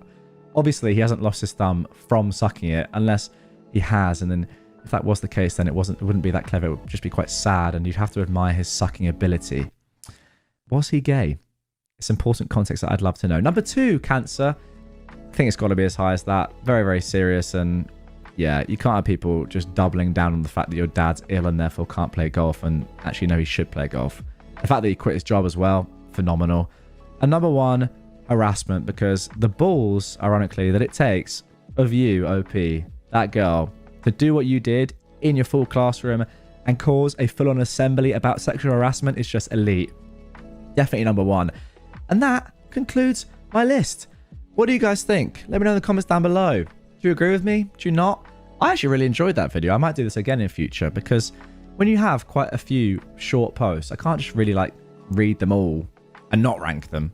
It's a natural thing that I do anyway, so yeah, let me know down below. A lawyer's pro-revenge on a landlord. Landlords are jerks, generally speaking. Everyone knows that. But if you think residential landlords are bad, they are nothing compared to commercial landlords. Landlords of commercial buildings are some of the cruelest, nastiest people I've ever come across. This revenge tale is about a commercial landlord and how I dealt with him. Back in the 90s, sometimes I'd go for lunch at this restaurant in the basement of our building. The place was called The Vault because it had a massive bank vault that had always been there, dating back to the days before the place was turned into a restaurant. The vault was so huge that they could see a couple of tables in there, and you could eat dinner surrounded by rows of old, gleaming safe deposit boxes. One day I was there for lunch and the owner took me aside. "The landlord's driving me nuts," he said. "The landlord drives everyone nuts." I was a subtenant in the same building, sharing space with an old lawyer, Aaron, and the landlord was always causing us trouble. I'd already had a few run-ins with him and we hated each other on site. In most jurisdictions, commercial landlords don't need court orders to get you out. Instead, they just change the locks and you find out about it when you show up and your key doesn't work. Every time our landlord had a dispute with anyone, which was often, he'd always threaten to change the locks. He keeps demanding all this stuff for extra rent, and it's really weird because a lot of it's really old. The restaurant owner showed me a letter the landlord had served on him earlier that day. I looked over the demand and read a list of expenses for snow removal and parking lot repair and common area flooring and all kinds of trash going back years. I read it all the way to the end, and there it was. The usual clause saying he was going to change the locks if the tenant didn't pay this and do that. From the wording of the demand, it looks like you've been fighting a while. Why did you wait before consulting a lawyer? I asked one of the lawyers I know and he said it's hopeless. He told me the lawyer's name. It was a guy I knew with a trashy real estate practice who'd resorted to taking little legal aid cases to keep the lights on when the market tanked in '89. Did you do something to make the landlord hate you? I asked. Because this is a bit over the top, even for our jerk landlord. He knows I'm moving the restaurant. I think he's trying to grab as much money as possible before I go. Plus, he's giving me grief over the vault. He won't let you take it with you? Are you kidding? It weighs almost 100 tons and I don't need it. But the lease says I have to remove it and that I also have to restore the building to what it was before there was a vault. That would cost a fortune. The jerk landlord says if I leave the vault behind when I move, he'll sue. "Send your lease up to my office and let me look it over," I said. I finished my lunch and when I got back to my office, the lease was waiting for me. It was just as bad as the restaurant owner said. The lease was a renewal of a renewal of an assignment of a renewal, the original documents dating back to shortly after World War II when a bank first leased the place and the vault was installed. Somehow, the landlord had suckered the restaurant into taking over a lease that left him liable to remove a bank vault at the end of the term. That is crazy. No big deal, I thought. The restaurant can default and all the landlord can do is sue a shell company. But when I got to the last page of the lease, there was a guarantee clause. The restaurant owner had personally guaranteed the lease and he was on the hook for removing a vault weighing 100 tons and then fixing the place up. It would cost a fortune. To be fair, moral of the story so far is you've got to read the contract in full for anything like this because, wow, being personally liable for a 100-ton vault is crazy. The case was hopeless, of course. That was obvious right away. But then I thought about the jerk landlord with his demands and his threats and his rent hikes, and I asked my brain to do me a solid, which it promptly did. I picked up the phone and called the restaurant owner. I'm screwed, right? You're calling me to say there's no way out. That's what my commercial lawyer already said, but I just thought I'd ask. Well, I can save you, but it's going to cost. How much? 5,000 in legals and another G note for the agent. Agent? What kind of agent? Real estate. Send up a check, certified, and leave the rest to me. The check hit my desk in less than an hour. I went to Aaron's office. I need a real estate agent, I said. You buying a house? Nope. Selling a house? Nope. By this point, I'd been sharing space with Aaron for almost 5 years, and he knew me pretty well. You pulling one of your stunts again? He asked. Yep, but nothing that will get you into trouble. Alright, I know a guy. Aaron knew all kinds of guys, and that's one of the reasons he eventually got disbarred.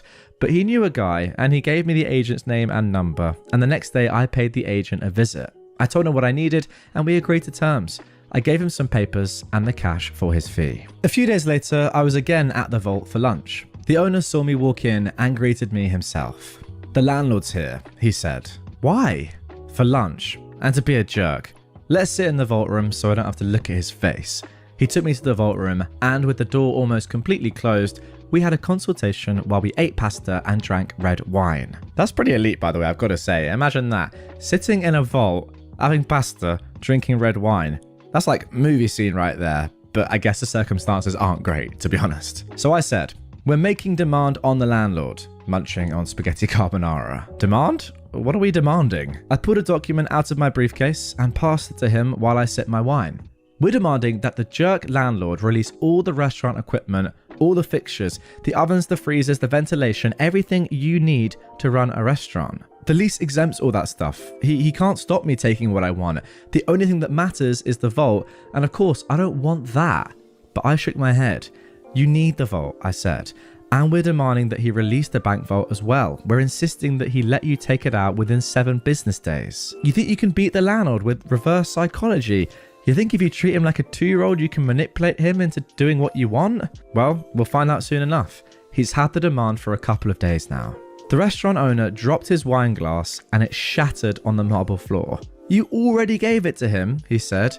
He got up, swung open the vault door, and called for the waiter to clean up the mess. Let's see what the landlord has to say, I told him, and we walked over to the landlord's table. The landlord was a big, beefy man with a big appetite. He sat alone, eating wolfishly and with his hands. My client needs an answer today, I said. The landlord looked up at me as he chewed noisily. I'm the vault's lawyer, I said. I gave you a demand the other day. My client needs an answer right now. He needs the vault for a new place, and he's got to make arrangements. Your client could forget about the bank vault, he said, wiping his massive greasy hands on an already soiled napkin. But you can't do that, I said. My shock was feigned, but the restaurant owner's jaw dropped for real. The landlord laughed at us. I'm the landlord. I can do what I want. I'm going to need that in writing because my client might sue, I said. Sue all you like, the landlord told me. Sue till you're blue in the face. He told me that I'd have a formal response by the day's end, and then he told me to go away and let him finish his lunch. When the letter arrived from the landlord, claiming ownership over the bank vault, I brought it downstairs and showed it to my client. How the heck did you do that? Trade secret, I said. The following month, the restaurant moved out and the place was empty, and that was too bad because I'd always liked eating at the vault. Now the restaurant was in a new location 20 minutes away. They called the new place The Vault, and they'd preserved the vibe of the old place. It was very similar, except they didn't have the bank vault. The bank vault, all 100 tons of it, was where it had always been, in the basement of the building where I rented space. I showed up for work a little after that, and Aaron collared me. The landlord's looking for you, he said. Oh yeah? What about? He's really angry. He said his deal fell through. Deal? He was supposed to rent the place downstairs to a new tenant, a bank or a credit union or something like that. They were supposed to come in to sign a lease, but they didn't show up. And what's that got to do with me? I said to Aaron. And I said the same thing again to the landlord when he managed to track me down a couple of days later. "I know you were behind this," he said, his jowls quivering. "I know it was you. That offer from the agent, it was all BS. Just a trick to make me keep the vault so that your client could sneak out of the place and leave that freaking bank vault behind. I'm gonna sue. If you're looking for counsel, I think I'm gonna have to declare a conflict. I'm gonna sue the restaurant and that agent, and I'm gonna sue you." He stormed off. But the landlord didn't sue. Of course he didn't. He didn't have a contract to sue on, only a vague letter of intent that I'd drafted, enough to hook a greedy landlord who was used to having his way. The offer he'd received was non-binding, incapable of acceptance without the signing of a formal lease, which of course never got signed. When I left Aaron's place a year later, the downstairs was still unoccupied, with a sad "for rent" sign sitting in the window, starting to look faded. So there we go. That is without a doubt one of the best revenge stories I've read in a long time. That was brilliant from beginning to end. What might have been potentially a kind of boring topic, landlords and contracts and that sort of stuff, maybe not the most entertaining, so well written and really good. This guy clearly is just a horrible, greedy man that, any sort of idea of, can I make some more money from a new bank potentially coming in? He was all for it, not even checking if they were even a real bank in the first place or doing any sort of due diligence there and working out what was going on. Doesn't really surprise me when he's just as selfish as this, forcing somebody to take a 100-ton vault with them or he'll sue. I mean, just absolutely ridiculous. I guess this comes down to you have to leave the property in the same way it was when you first got it. But I don't know how anyone would realistically know that, first of all, there was a huge 100-ton vault. And then secondly, that you had to get rid of it when you left, because when you moved in, it was there, right? But again, as was explained in this one, going back to the Second World War and having a contract carryover from there is extremely petty. I do kind of stand by what I said, though. I do think with all these things, you've got to read literally, I was going to say word for word, but almost letter for letter. Like the punctuation even is extremely important in these sort of contracts to make sure you're not getting absolutely shafted like this guy did. But yeah, if it wasn't for you, OP, I mean, that would have been terrible. But thank goodness that people like you exist and just exploited the guy that was exploiting this unlucky individual. Steal furniture, almost lose your job. So my dad owns a house that he's been renting for some time now. The tenants that lived there were for the most part decent people who my dad thought were trustworthy. That all changed about 2 months into the tenancy when the tenant refused to pay the month's rent. My dad showed some leniency and gave them another month to pay up what was owed, but they didn't pay a thing. By this point, my dad, frustrated by the whole situation and being 2 months out of rent money, offered them a deal. Leave the house ASAP and then only pay half the money owed. They countered with a different agreement. They would leave the house in a clean state with all of their furniture left behind as compensation. My dad, wanting to just be done with them, agreed. Cut to when my dad gets to the house, finding the place in a mess with none of the furniture left behind, including the furniture that belonged to my dad in the first place. The 2 sofas that my dad owned were left behind, but they were trashed and left in the shed. When my dad confronted them asking for them to pay up the full amount that the furniture was worth, he was met with a promise of payment after 2 weeks, which he didn't believe. And when he requested they pay earlier, he was met with "good luck getting your money," followed by laughing emojis. This made my dad angry, and he decided that he wasn't going to let this slide. My dad knew that the tenant was a Christian pastor of a church, and his son also had some job related to the church. My dad contacted the church and explained everything from how they hadn't paid him rent money to stealing the furniture and trashing the place. The church was somewhat interested about this behavior. The next day, my dad gets an angry phone call from the tenant's son, cursing at him, asking him what he thought he was doing, contacting the church, saying he was being unfair. My dad hung up on him, only for him to attempt to ring 10 times afterwards. From what we could piece together, the church had told the pastor that if he didn't settle things with my dad, him and his son would lose their jobs. My dad received the full amount for the furniture that same day and agreed to back off. My dad later said it was never about the money, but the way this guy treated him and his values. My dad, being a Christian himself, was disappointed. There we go, a nice little one to finish on there. I do have to say that it's embarrassing that these healthy, Christian people who work for the church have this attitude? Does that not go exactly against what they're preaching? Surely it does. Like, how can they go to work each day? Like, you're a pastor, and you are going to work each day preaching, knowing that you're doing this at the same time. How can you live with yourself? I think it's kind of people like this sometimes that give not just the church, not just the Christian church, but just religion in general a bad name, when in reality it's just these horrible individuals doing things. But then you hear stories like this quite often. You're just like, why?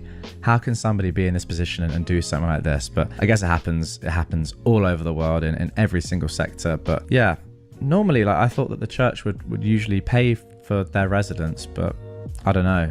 Maybe they weren't, or maybe they were, and these two were just, pocketing that and then just, using it for whatever they wanted. I will say though, shout out your dad, because he is a very, very good man. Teacher insists I talk to my mother. This was back in school when I was 15, 16-ish. I'd moved to the area suddenly and had a lot of accommodations, so most of the teachers didn't know specifically what was going on in my life, but most knew it was pretty messed up, and there was an ongoing police investigation. I guess this teacher missed the memo. I was talking about prom tickets and how I collected them as I qualified for free ones. I don't remember exactly how the conversation went, so I'm kind of paraphrasing. My teacher said to me, "You just need to get your mum to email to claim as many tickets as you need." I replied, "Okay, I'll ask my dad to do that." She then mentioned a few other things, but every time she ignored my subtle corrections and asked me to talk to my mum. After like 4 times, I lost my temper and went, "Alright, since you insist, I'll drive for 2 hours, find my highly abusive mother in police custody, and reconnect with her just to ask her permission for some prom tickets. Or I could ask my dad at home."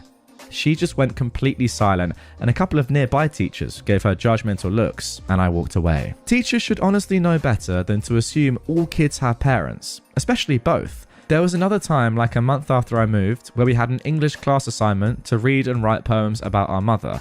On Mother's Day, so it was already a pretty sore day for me.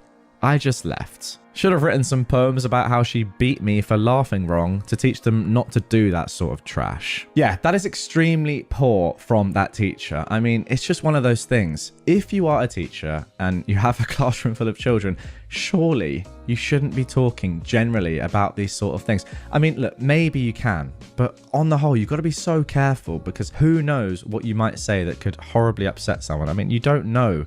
Clearly, this woman doesn't know the individual circumstances of all her students. I think, to be fair, she should, but for whatever reason, she doesn't. And I'm thinking about my own education here. I can't actually remember doing sort of like Father's Day or Mother's Day stuff in particular, even in primary school or like even back in kindergarten. I mean, I don't remember exactly in reception, but I don't remember it. And I feel like the teachers would know exactly what was going on with their students' parents, so they wouldn't do anything that could be as traumatic as this, probably for that reason. But yeah, terrible from her, great from you, OP. I mean, you could also argue that she's just being misogynistic anyway. Like why does she keep insisting that you ask your mum? Because that's just assigning a gender role, isn't it? It's ridiculous, especially in the modern day. There's a lot about this teacher to dislike, I will say. So yeah, I'm happy you got your own back, OP. Keep touching my wheelchair when I've told you no, get slapped and shunned. I am a wheelchair user. Wheelchairs are considered extensions of our bodies, and touching wheelchairs without the user's permission is a no-no. Moving someone's wheelchair without asking is an even bigger no-no. I'd explained to a classmate again and again that it was rude, inappropriate, and even harassment that he kept touching my chair or moving me without asking, and when I told him not to, not only did he keep doing it, but he was insistent that he had the right to do so. I'd even gone as far as to illustrate the issue to him by getting permission to touch his shoulder or elbows and moving him out of the way, or leaving my hand on his shoulder and leaving it there until it was awkward. Even this, though, didn't dissuade him or change his entitled insistence that he had every right to touch my chair whenever he wanted to, even when I'd told him no. Anyway, usually he'd let go, kind of scoff, and move on. This was over the course of most of a college semester. It was a voice class at a community college, so there were less than 20 of us. So our professor had witnessed many of these incidents. One day when he touched my chair again and wouldn't move his hand when I politely asked him to stop, he refused to let go, and again insisted that he wasn't doing anything wrong and that he had the right to do so, it wasn't a big deal, etc. By this point I'd had enough. He continued to touch me, my chair, and therefore an extension of my person. So I turned my chair around lightning fast, grabbed his stunned hand hard enough hopefully to bruise it, I've got good upper body and hand grip strength, pulled him down as harshly as I could, and then slapped him in the face as hard. The rest of the class heard the slap and his pained and surprised yelp, and they turned to look at us. He screamed and ran over to the professor to whine that I'd grabbed him and hit him. The professor just kind of shrugged and said something along the lines of, well, she told you to stop touching her. He kept whining about it to the professor that I should be punished for assaulting him, etc., only for her and the rest of the class to just ignore him that day, and then for the rest of the semester. Mind you, I'm a very chilled person, unless you count childlike excitement, glee about life, and I'm never violent, as well as being patient to a fault, so I don't retaliate nearly ever or easily, but frankly, this was self-defense, pure and simple. In any case, the whole class had heard me explain time and time again not to touch me or my chair, and how and why it was inappropriate, and they'd asked if I needed help, but I'd always declined. To me personally, it's not that big of a deal if someone who doesn't know better touches my wheelchair. I just explain why it's wrong. But he was so entitled that he had the right to and wouldn't take no for an answer. That was what made that an actual issue. And I'd been much more patient than he deserved. He wasn't very bright, but he wasn't disabled or autistic. I'd asked about the autism in a polite way by sharing that I'm autistic. But even if he were, he'd be high functioning enough for his action to be inexcusable. At the end of class that day, I got a lot of high fives and he kept his distance from me, occasionally glancing over at me fearfully. Good prudence, frankly. The last third or so of the semester, nobody wanted to work with him when we paired up in groups of 3 to 4 to work on songs together. People for the most part didn't love working with him before this anyway, but after it became clear that the professor was on my side and not his, it was if he was invisible. Okay, now on the one hand, while I'm happy that the professor was on your side and this kid just got ignored for the rest of the semester, I do have to say, where was your professor before it got to this stage? Like, why are they letting you slap him? Why are they letting it get that far? Like, that should never have been allowed to happen. How can the professor genuinely think, okay, you know what, I see all this going on, but I'm just going to let it happen and let this student, OP, eventually slap one of my other students, and that would be a good resolution, a good thing to happen, and that's the way to sort it, rather than stopping it at source and saying you can't do this before letting it get violent. It's weird teaching, I gotta say. Like, you're just being harassed all semester and they're just leaving you to it. Really odd. Look, don't get me wrong, this guy's clearly a POS, and it's good that he got what he deserved in the end. But my main takeaway is that Professor has to do more here. Joke's on you, he's dead. A little context before I start. 6 years ago, my dad died of terminal brain cancer after 2 years of treatment. I was 9, turning 10 that summer. My mum was absolutely devastated, but she stayed strong for my brothers and me. Also, we live in France, and it's an advanced country, but we live in the backwaters, where there are still a lot of misogynists and homophobes. And just to add a little more intrigue, it's a 5-day bank holiday weekend here in France, and it was nearing the end of the workers' shift. Now, my brothers aren't at home much, and I'm at boarding school, so we didn't need our huge car anymore. My mum sold it and replaced it with a brand new Hyundai electric car. It's a lot smaller than what we're used to storage-wise, so she wanted to buy a roof box for it. She went into the shop and asked a female worker where she could find one. The woman called over her male co-workers to help my mum out. She asked them what she asked the woman. Could I have a roof box for my car? They stroll over. The leader smirked as he says, "Is it for your husband?" His friends laughed, and so did their female co-worker. But my mum didn't even smile. Instead, she grimaced and said, "Well, he died 6 years ago, so I don't think so." The guy was mortified. As she told me this story in the car after picking me up from school, I was so proud of her because she was able to make some light of our trauma. Also, she taught a misogynistic idiot a lesson. Well, there we go. Second case of misogyny in this episode. I think this one was probably worse than the first. Like, trying to get a cheap laugh out of it and then just being hit by that. What a way to bring you back down to earth. Again, massive shout out to your mum though. I mean, you've got to take a leaf out of her book and start remembering these comebacks for when it sadly inevitably happens to you later in life. But the fact that she can deal with it so well and not kind of like cower away. Like, she's not afraid of talking about this sort of thing. She's not ashamed by it, doesn't seem. She just wants to, you know, put people in their place, despite the fact that it's obviously a horrible, horrible, traumatic thing that's happened to your family. So yeah, respect for saying something uncomfortable, which I'm sure she didn't enjoy saying, to be honest, or even like thinking about. But this guy and his mates have led her to say it. Guy asked me why I'm wearing a mask. Some background information first. My city was mostly anti-mask through all of COVID and continues to be. I don't agree with this, but it's a smaller town, so it was easy for people to get away with. I actually wore masks before COVID because I suffer from dermatillomania. Basically, a mental condition where I struggle with peeling off sections of my skin. Oh wow, that sounds terrible. I was shopping at the grocery store with my husband and we were wearing masks. I turn around the corner of an aisle and a man looks at me and asks, "Now what are you wearing a mask for?" He was loud and clearly looking for an argument, so I just tried to brush it off and say, "I have a medical condition." I tried to look for my husband, but he was still in the other aisle. The man then asks, "Oh, what kind of medical condition?" I'm blown away by the audacity of this guy, but at this point, I hear my husband come up behind me and I suddenly feel courageous, or maybe dumb. I pull down my mask and show him the rest of my face. He sees the wounds and some bandages. He looks embarrassed and quietly says, "Oh, honey," before walking away. My husband immediately turns me around and hugs me, since he worries about my self-esteem, asking if I'm feeling okay and such and what that was about. I just answered, smiling, "Well, he asked." I pulled my mask back up and we continued shopping. I realized after that I should have just kept my mask on, but it felt good somehow. I also don't know if I was right to call it a medical condition or not, but I kind of panicked in the moment. This was in early 2021, so 3 years of therapy later, I've been doing much better with my condition. I don't pick as often or as much skin as I used to. Now, I usually don't even wear masks anymore to hide it. I wish I had this kind of confidence back when I had my grandmother say I looked like a meth addict. Well, you know what? I feel like grandmothers just do say stuff like that. Don't take anything from it. They're just all crazy. No offense. And I know that my grandmother is actually probably watching right now. And I don't mean you, Granny. Trust me. Anyway, back to the story now. I feel like, OP, you've done extremely well there. And you know what you're saying about maybe it was bad or you didn't feel comfortable or whatever, that it felt good? It should feel good. You completely killed this person phenomenally well and embarrassed him. So well done. And also, you don't have to keep your mask on. I mean, he did ask you to take it off and you did that. So, I mean, you're just doing what he says. Excellent stuff. You want proof I'm injured?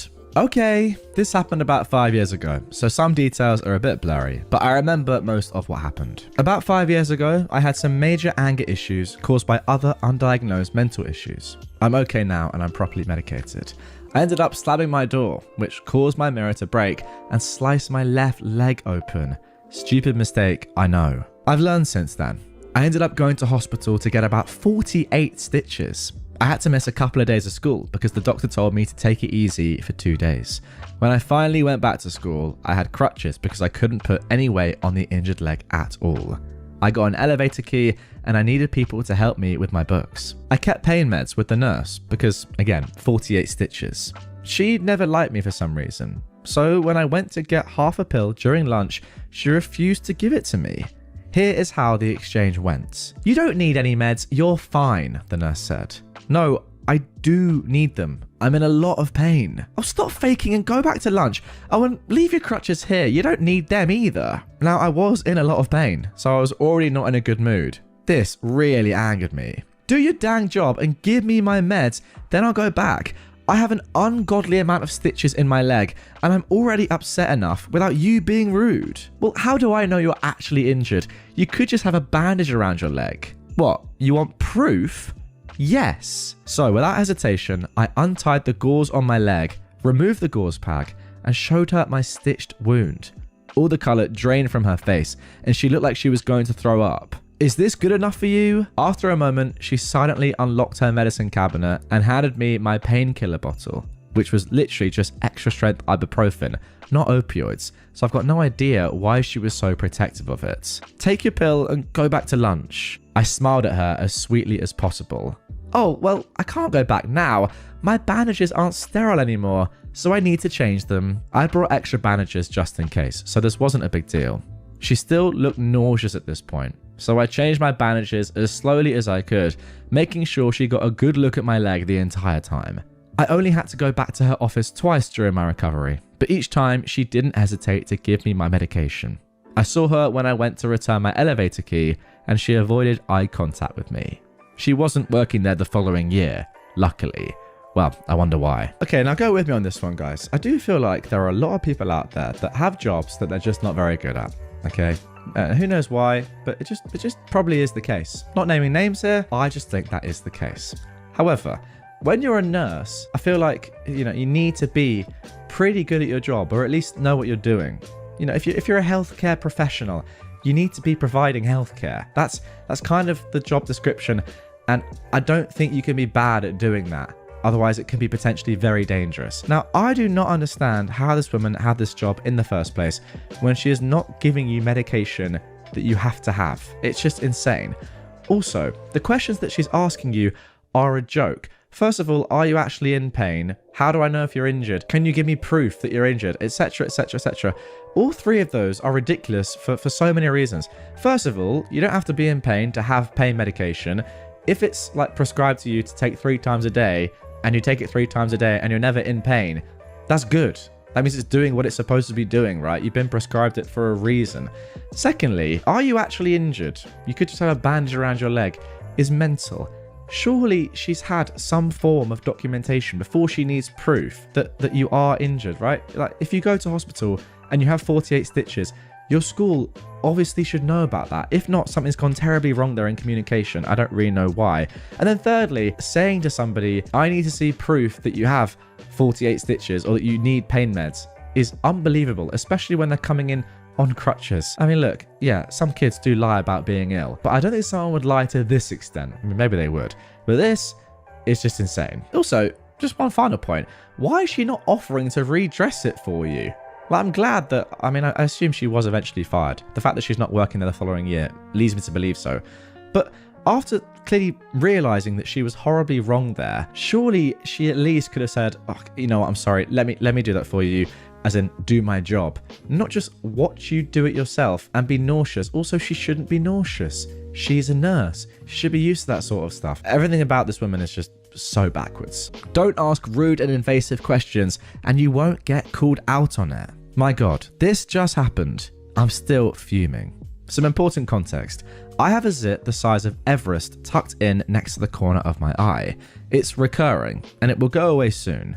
It's no big deal, it's just massive. I work reception and a woman came in having made her reservation for the wrong day. No problem, I can at least look up the reservation information. While I'm doing so, she goes, "What happened to your eye?" A lovely question to ask the person trying to help you. I blink and tell her, "It's a pimple." "No way! There's no way that's just a pimple." Then I pull the saying out for the first time. I'm shocked you feel comfortable saying something like that to a total stranger. I have genetic cystic acne. But unbelievably, she doubles down. "Well, my daughter has acne too." I say nothing. "She doesn't really talk to me about it either." I double down. "Well, I don't like to talk about it. It got me made fun of when I was younger." Cue the breathy comments about how I, as well as some guys she's texting, are calling her a POS. If that's what you got from my very calm and decently polite responses, maybe you have some introspection to do. Enjoy your visit, and I hope you think twice before making comments about someone's appearance. Now, fortunately, while the cystic acne is indeed real and genetic, I wasn't ever picked on for it. At least, not until I reached adulthood, for some reason. You know what? I cannot actually believe that this woman has said, I can't believe it, my daughter has acne too, and for some reason, she doesn't like talking about it either. Yet, she's asking a total stranger about her acne. It's just, obviously, she's just so dumb. So dumb. And yes, I agree. You have a lot of introspection to do. But fair play to you, OP, again, for just saying, you know what, I'm not dealing with this.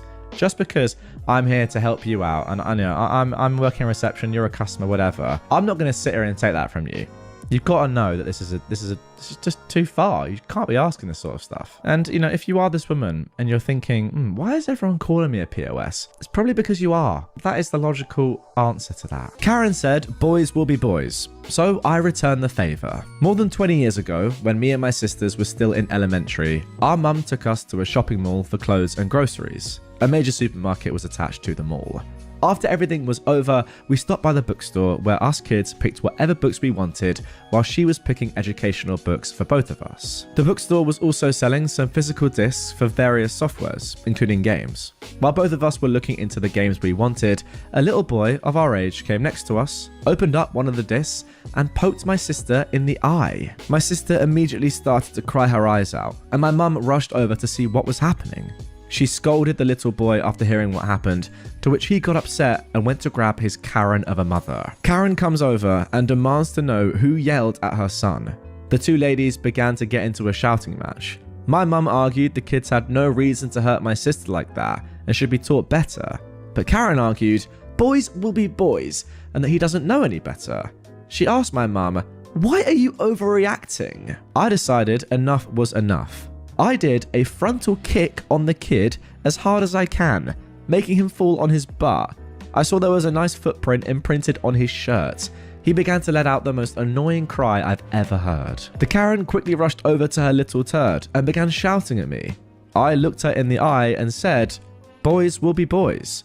Why are you overreacting? She tried to argue more, but her friend, or maybe her sister, held her back and ushered her out of the store. We went to get burgers and fries afterwards, but my mum also lectured me about how violence isn't the answer. Me being a little sprouty elementary kid didn't care and rode that hype train for weeks. You know what?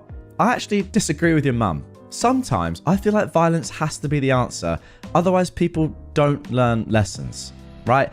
And take that with a lot of context, and the vast majority of the time, it's not the right thing to do. But I feel like once in a blue moon, sometimes that has to be done. Otherwise, no one's ever going to learn. Like, there are very, very few cases, very, very few, where violence should be the first response.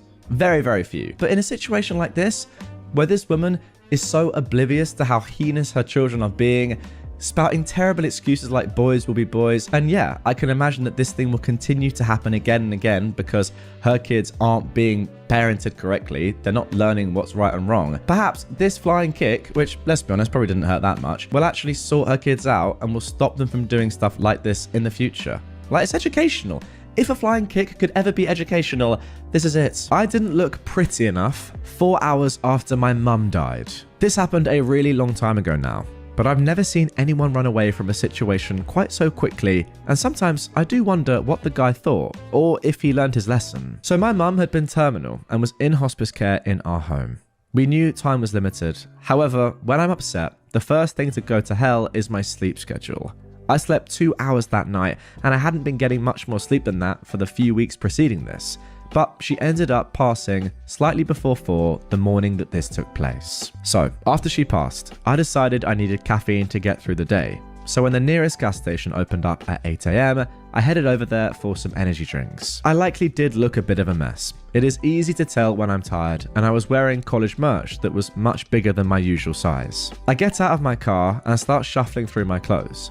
I couldn't remember which gigantic pocket I'd put my wallet in. While I did that, this man pulls up to a pump in a very shiny car.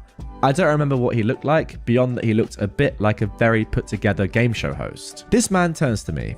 He was 20 feet away, so this was all said loudly, and says, "It's a shame someone so pretty can't improve everyone's day with a smile." I burst out crying, ugly crying, with the sobbing mouth thing and shaking. I just went from standing there hoping I hadn't left my wallet at home to bawling in a mostly empty parking lot.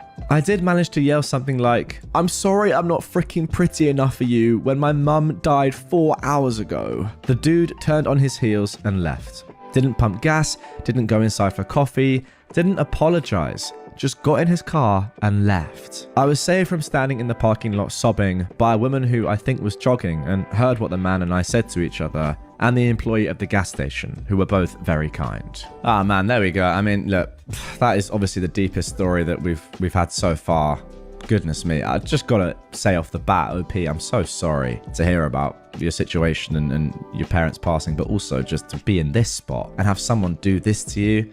Yeah, absolutely insane. Like, to be fair to the guy, maybe he had good intentions, but you really shouldn't be doing this sort of thing. You shouldn't be putting your nose in someone else's business, especially when they have the expression that I'm sure you had, which was just, you know, being absolutely distraught. It's past the point of not smiling.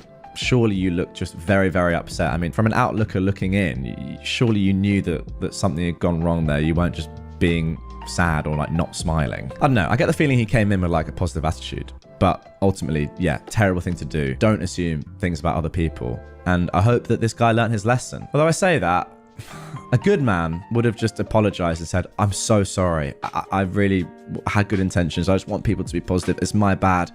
I'm so sorry for your loss and that I did that. That's my fault. But actually, no, he ran away, didn't he? He ran away like a little coward. So I take it all back. He's just a disgraceful man. There we go. I will say, though, that the people that helped you in that situation, that has restored my faith in humanity. But once again, OP, I'm so sorry. Let's move on. I was getting tampons, officer. So I got pulled over one night coming back from Walmart. I definitely deserved the ticket for speeding, but the cop was asking for too much information. It was late, I was cramping, I just wanted to be home so I could stop bleeding in my pants and eat my cookies. Of course, the typical question, do you know how fast you were going? Yes, sir, 65. Where are you coming from? Okay, fair question, I guess. It is 12 a.m. Walmart, officer. What were you getting at Walmart? Okay, why do you need to know that? I just want to get home, my guy. But since you asked, I was getting tampons. Do you want to see them? His eyes got wide and he walked away without saying a word. He came back to give me my ticket and he couldn't make eye contact. Most expensive box of tampons I've ever bought. However, the look on that guy's face was priceless. Now, I agree with you, OP. There's questions that as a police officer, you are obviously allowed to ask and expected to ask. The one about, do you know how fast you're going? That's a standard question. And I think that is a reasonable one. But asking what you were buying at a shop surely is just not relevant information. Like, at all. Why would an officer ever need to know that? To be honest, I think he should have just not given you the ticket there. Just through embarrassment. Just held his hands up and said, wow, I've been completely done there. I'm not going to ticket you. There you go. Enjoy your day. But no, he still gave you a ticket. What a little rat. Yeah, I get it's the law, but come on, you effed up there. You deserve some form of karma, surely. My kid can die if I don't. I was waiting to check in at the dentist today, and some old lady started humping and such. We're in Florida, and I'm wearing a mask. Unusual, I guess, but most people just mind their own business and leave me alone. There's a few, however, who are pains about it. She looked at me and asked why I was wearing that thing on my face. Everyone knows that the virus is gone. Why am I out and about if I'm that scared? Now, I have breast cancer, and I'm not feeling great today. Mine's not terrible considering. My son, though, also has cancer, and his is bad. Grade 4 brain cancer. Oh my goodness me, OP, I'm so sorry to hear that. I just looked at her and said, my oncologist says cancer patients need to be careful about dental care. Plus, my kid can die if I don't. She turned sheet white and left me alone the rest of the time we were in the waiting room together. I'm pretty sure the dental hygienist who came out to get me was purposely a bit louder than normal, asking about how my son was doing. Now, this is pretty similar, I think, to the third post we had in this episode. Once again, why are you sticking your nose in someone else's business when you just don't need to be doing it? And also, what is wrong with wearing a mask? If I see someone wearing a mask out and about these days, I say fair play to them, thank you. Either you are ill and you're protecting the rest of the population from getting your illness, or you don't want to get ill yourself. Both great things. Why is that a negative thing? Oh, COVID is done now? Well, first of all, it isn't. Like, my granny had COVID a couple of weeks ago, and the only reason she didn't have it that badly is because she's still getting vaccinated. And secondly, who cares? Let people wear masks. My wife is dead. When my son was born, I was a stay-at-home dad for the first year of his life. We also lived in New York City, and I loved taking him out into the city to do things. Nearly every subway ride, though, I'd have some kind of encounter with a woman or group of women, usually boomers, who would say some variation of giving mum the day off, or so nice to see dad's babysitting once in a while. Now, first off, it's not possible to babysit your own kid. That's called parenting. But second, I was the primary caregiver. Mum was at work, I stayed home with the boy. It got old real fast. But I found a very nice trick that shut these old biddies down real quick. Anytime someone would ask if I was babysitting or giving mum the day off, my face would fall. I'd get real quiet, and after taking a moment to compose myself, I'd say something like, my wife died during childbirth, or my wife is currently undergoing radiation treatment for stage 4 cancer. She's at a clinic in California. I haven't seen her in 6 months. Or my favourite, his mum abandoned us when he was just 6 weeks old. She'd been using drugs pretty heavily while she was pregnant, and so he was born addicted. I didn't hear from his mother for months after she left, until one day I found out she'd overdosed and died. This little guy is all I've got left of her. But we carry on best we can. That shuts them up real quick. Now, I will say that perhaps given the stories we've read earlier in this episode, this might not be like the best thing to do. I think like lying about people dying in your family is maybe a little bit too much, but I completely understand why you did it, OP, and it did have the desired effect. And again, like, you don't have to deal, or you shouldn't have to deal with this complete and utter sexism every single day when you're just being a good dad. So if that's the best way that you thought about, dealing with people like this, then I hold my hands up. There you go. I mean, if it does happen every single day, then that must get unbelievably annoying. I mean, I will say that saying that his mum abandoned us when he was just 6 weeks old, she'd been using drugs pretty heavily, and so he was born addicted. I mean, imagine hearing that. Like, you've just said, oh, it's so nice to see a man doing the job for once, babysitting, and then you hear the guy say that. You've got to be questioning your life at that point. Yeah, it's had the desired effect. Comment on my butt at work. Let me make this uncomfortable for us both. I was working as a front-end cashier for a local grocery store. It was around the time of my lunch break, so my line was closed off after this last customer. Grizzled, 60, 70-year-old bearded guy. I am in my early 20s, a feminine cashier. As I finish ringing up his purchases and he goes to slide his card, the card machine doesn't work. I tell him to keep swiping until it beeps. We were mid-change to a new sales system, so this was a common occurrence. I bend under my till to clean and organize while he's sliding his card. As I'm bent over, his card dings. Sweet, let's wrap this up so I can go eat. Instead, oh, I liked it when you did that. I'm still under the till. I roll my eyes. And then inspiration strikes. Petty inspiration. I come up. Did what, sir? When you bent over, it worked. I had a confused face. Why? Well, it liked when you bent over. Why would it like that I bent over? It's a boy card. Boys like it when girls bend over. Sorry, I've got to say, this is the creepiest dude I've ever seen on Reddit. What? But why? I ask again. Well, they just do. At this point, I'm gleeful on the inside. But why? I don't understand. The old man is getting flustered. His face gets red. He mumbles, Mom, you're making me a little uncomfortable. I drop the dumb act. I lean forward across the check stand and look right into his eyes. And how do you think I feel when a man makes an unwanted comment on my backside while I'm at work? He is 20 shades of red, stammering.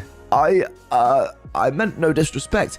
It was supposed to be a compliment. I put on a very stern face. Well, it was disrespectful. Please don't comment on women's bodies when they work. I'm so sorry. It won't happen again.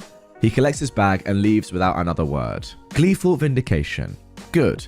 Now maybe you won't go and harass other people at their frickin' jobs. Well, yeah, creepiest guy ever. Literally the creepiest guy ever. Well done, OP, for not just being quiet. I mean, it must be pretty, horribly uncomfortable in situations like this. And you just want to stay quiet and just say, okay, fine, I'll ring you up, go, leave the store.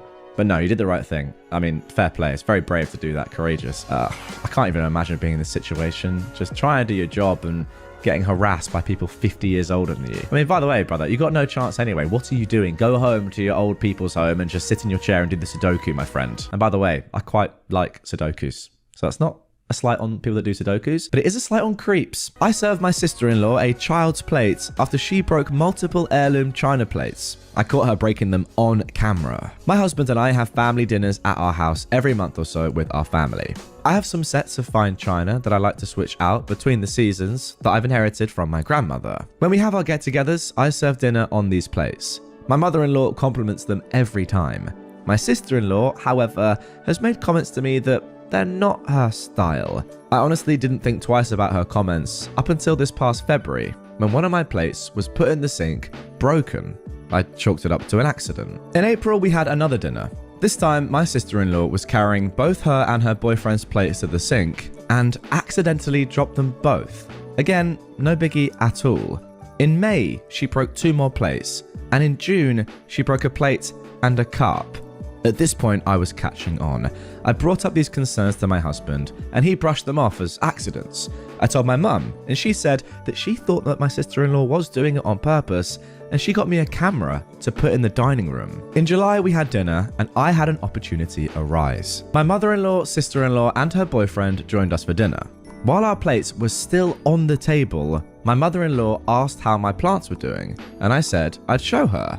I told my husband to follow us outside so he could show her the plant that he's growing, leaving my sister-in-law alone with her boyfriend. When we came back inside, 5 minutes later, her plate was broken. When they left, I pulled up the camera footage. I saw her stand up when we walked out, peek around the corner, and then throw the plate on the ground. I kept this video to myself. All I'll say at this point is, are you sure she's not Greek and it's just tradition? I jest. This brings me to this past weekend. We had our family dinner and we were joined by my in-laws, my sister-in-law and her boyfriend, as well as my parents, siblings and niece. I served everyone, saving evil sister-in-law for last. I brought her food out on a child's plate with a sippy cup and got those kids' silverware with the plastic handles. She looked at me confused and said, "I think you mixed my plates up with your niece's plates." And I said, "No. My niece is responsible enough to eat on a grown-up's plate. If you're going to act like a child in my home, I'm going to treat you like a child in my home." She tried to play coy, but I had my iPad ready and I played the video to everyone at the table. She started sobbing. She swiped the kid's plate off the table and stormed out. My in-laws both apologized and offered to pay for replacement plates, but I told them not to worry about it. Despite this, we still had a nice time. When everyone left, my husband told me I was out of line and cruel, but I told him that this has been happening for months and I've told him it was bothering me multiple times. It's Wednesday, he's still being a little cold to me, and I also got a text from my sister-in-law's boyfriend asking me if I'd apologize to her because I really embarrassed her. I sent him the video again and he left me on red. My husband just called me to ask if I was taunting her boyfriend because his sister called him crying that I was. Now somebody has asked in the comments down below, inquiring minds need to know, why would she break your plates? Because she doesn't like to eat off something that's not her style? Yeah, I agree. That is one of the weirdest things I've ever heard. How can you have a style of plate that you like or dislike at someone else's house? Opie replied, "I would like to know too. I'll probably never get a straight answer though." My husband apologized and now we're bouncing back and forth off of the whys and we're kind of circling around to the boyfriend. My in-laws say that's when they've noticed a behavior change. She's gotten into trouble since dating him. They act like teenagers. My husband is saying exactly what I was thinking was happening. He's trying not to blame or pin anything on her because she has been behaving differently over the past few months. She got caught shoplifting and her boyfriend also got caught stealing and went to jail. No diagnosis that I've ever known of, but the family is now saying there could be a deeper issue or possibly a substance issue. Someone else also commented, "I'm glad that your husband apologized. What made him come around, if I may ask?" OP said, "My mother-in-law, at least I'm assuming. She texted me that they were on the phone when he was on his way home. That's my bet. I really want to talk to him about all of this, but I don't want to overwhelm him, especially because he's been a little distant. I think the whole thing is overwhelming for him. He told me his sister called him 4 times. I'm keeping it low-key for now, but I'm going to try and get some answers about the plate breaking." All right, then there we go. Quite a long story. The good thing about r/TraumatizeThemBack is that you do get some short, fun posts. I don't know if fun's the best word there, but snappy little ones that you don't have to concentrate on too much. And then you get some longer, more in-depth ones like this. I just want to know what is wrong with the plates. I really do. How can the style of a plate have that much of an effect on someone's life to the extent that they want to break them? I mean, absolutely insane. Shout out your mother-in-law, by the way. Like, what a goat, saying, "You know what, I know what's going on here. Here's a secret camera. Set it up. Let's watch this back together." Oh, actually, it was your mum, wasn't it? But still, I feel like your mum and your mother-in-law both did well here. Your sister-in-law, less so. I do kind of feel like your husband, though. It took a lot of convincing here. When she'd broken 6 or 7 pieces of heirloom china, yet, apparently, according to him, you're in the wrong for embarrassing her. Where's the logic there, my friend? I mean, yes, it's good that he's come around, but it should not have taken him that long. Mother tries to spank teenager and regrets it. I'm well into being an adult today, and this is a story of how I stopped my mother from ever spanking me again. My mother has always been fond of physical punishment. She's a pusher, slapper, hit with random objector, and a spanker. I got spanked a lot for things I did, and things that she perceived I did. She spanked me well into being a teenager as well. I was 16 or 17 at the time, and my wet towel from showering was on my bed. My mother always lost her mind over not hanging a towel properly, and frankly, this was a mistake I made often. She came in while I was dressing, saw the towel, and she immediately grabbed and spun me to start spanking. I'll never know what devil took over, but it was a devil that had been needed much sooner in my life. Instead of crying out in pain, I said, and I can't quite believe I'm about to do this, guys, but I will, and I'm going to give it my all here. Oh!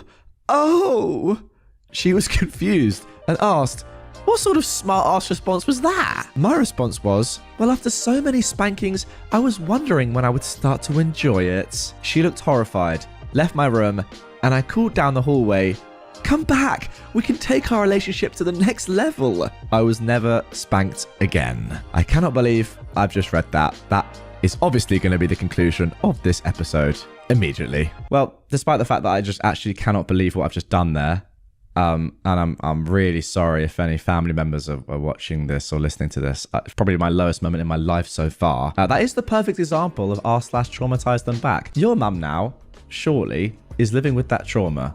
In the back of her mind, yes, she might have thought you were joking, long term, but she's always going to have those lingering doubts. Did my son enjoy sexually me spanking him? Makes you think. Really, really does. Stalk my daughters, I'll stalk you back. This was a few years ago. I think 2018, 19, pre-COVID at any rate. So I'm a bit fuzzy on ages, but I think my sister and I am a woman by the way, were 30 or 31 and 21 or 22 respectively. But basically, we were followed by a strange man. We were on holiday at the time and we'd left our mum in a pub to go and grab a couple of cute things from a shop and to go play with a local stray cat who lived at one of the squares. She's since been adopted by a family. It's a place we've been going to since we were both babies, so we know our way around blindfolded and we generally feel safe in the area that we were in.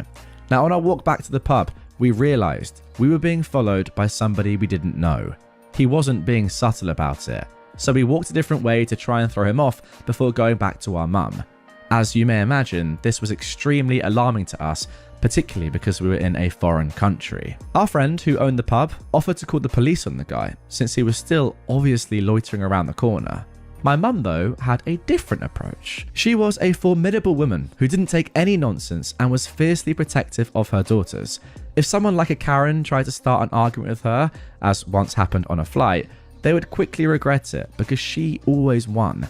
She once quit her job after one too many insults from her boss, knowing her boss couldn't function without her and would come begging her to come back, and she was right.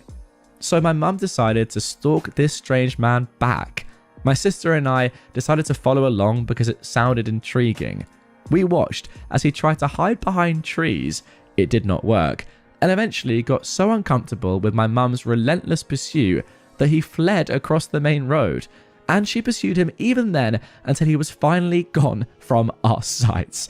That is amazing. I mean, this is just brilliant. It's absolutely comical in my mind. I just want to see this happen. This has to be turned into some sort of skit or something, or some sort of episode on a comedy show.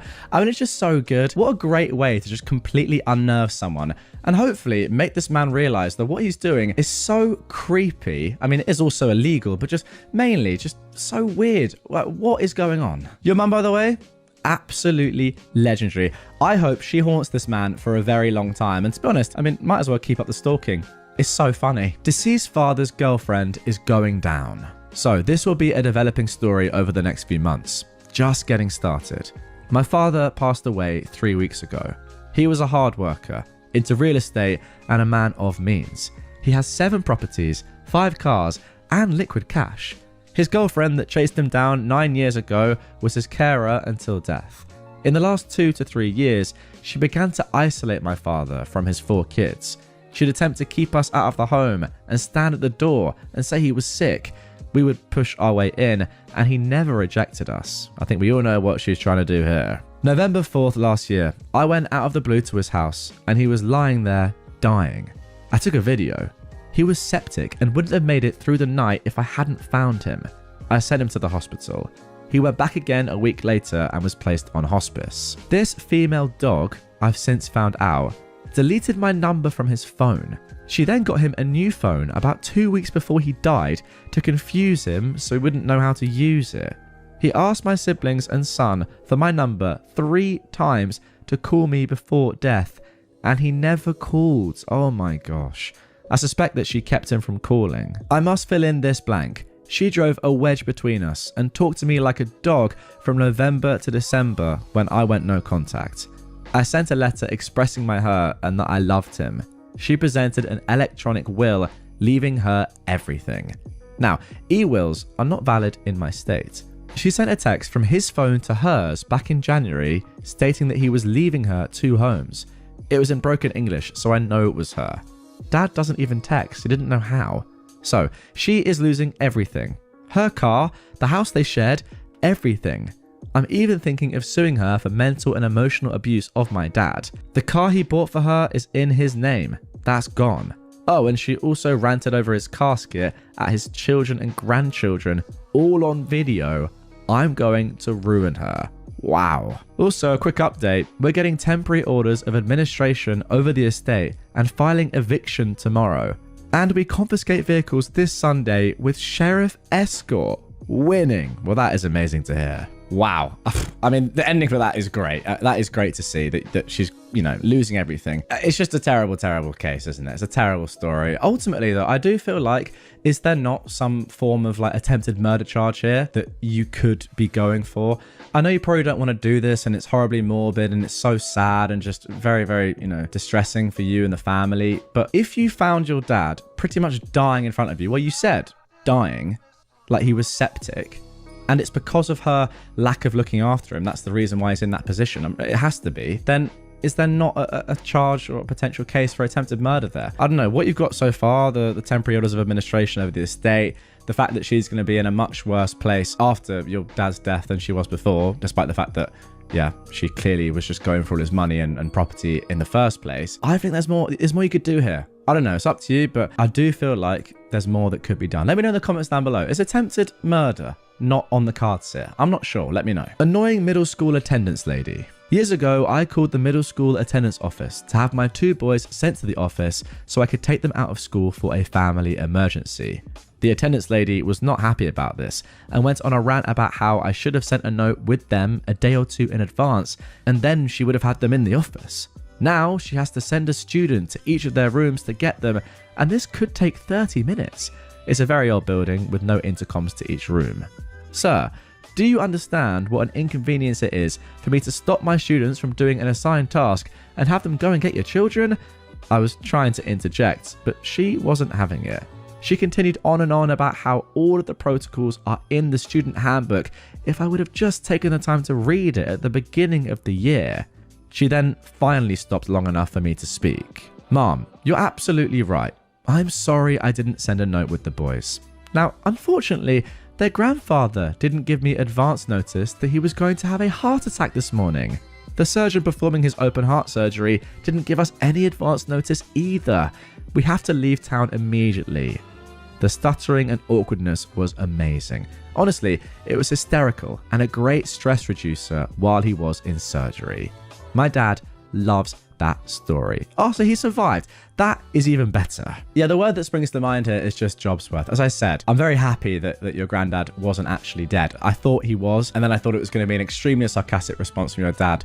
Something along the lines of, well, unfortunately, we didn't get advance notice that my dad was about to die, but at least he's still alive, and hopefully he could even laugh at this story. Absolutely insane. I mean, is it that hard to go and get students out of a classroom? Also, just send an email. That's what we did at my school. The teachers got an email and they were on their computers anyway. Or yeah, just send a kid around to go and get them. It's not that hard. And in familial emergencies like this, obviously it has to be done. You just haven't had the right D yet. So, I, a 19-year-old woman, only date femme folks. Sexual tastes are a bit broader.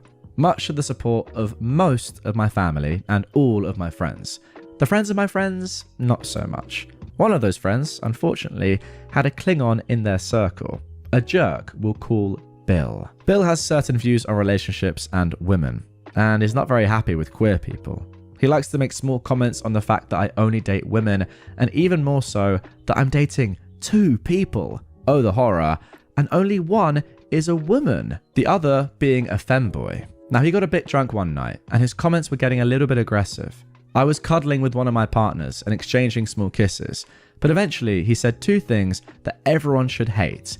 The classic of, "You just haven't had the right D yet," as well as a new one I'd never heard. "You just need to try it once. I volunteer." Oh my gosh. My partner tries to stop me because she could see I was getting mad, but it was too late. "Someone told me that once," I said. Then he R-worded me so I could try it once.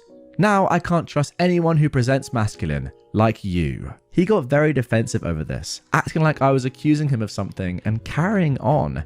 He was promptly asked to leave by the friend he was connected to, and I haven't heard or seen him in 2 months. So, hurrah. Yeah, I mean, this one is just crazy. Absolutely crazy. Who in their right mind would ever say something like this? It's just insane. What are you supposed to even do in response to this? I mean, you didn't have to say what you did, but I'm kind of thankful that you did. Although, it doesn't even seem like he learned from that. He just, as you say, got defensive and then carried on. So really, I mean, did he actually learn from that at all? Probably not, which is just mad, but yeah, crazy.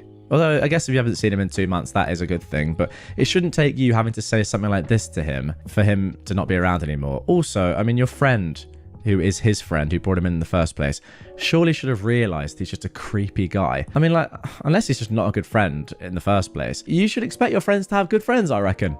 I mean, it's not up to you, but if they are in your same or similar circles, you can't be expecting someone like this to be knocking about. I mean, it's just disgraceful. I mean, you could also argue that, you know, how does Bill not know that he's gay? He just needs a good big D, for want of a better phrase, and it'll magically change him. Has he tried it? No? How can he possibly know? Customer asks, "I have cancer. What's wrong with you?" So I put my wig on the counter. Back during the mask mandate, I worked in one of the big brand jewelry stores commonly found in shopping malls. On this boring day, it was only me and my assistant manager, we'll call her Lisa, working.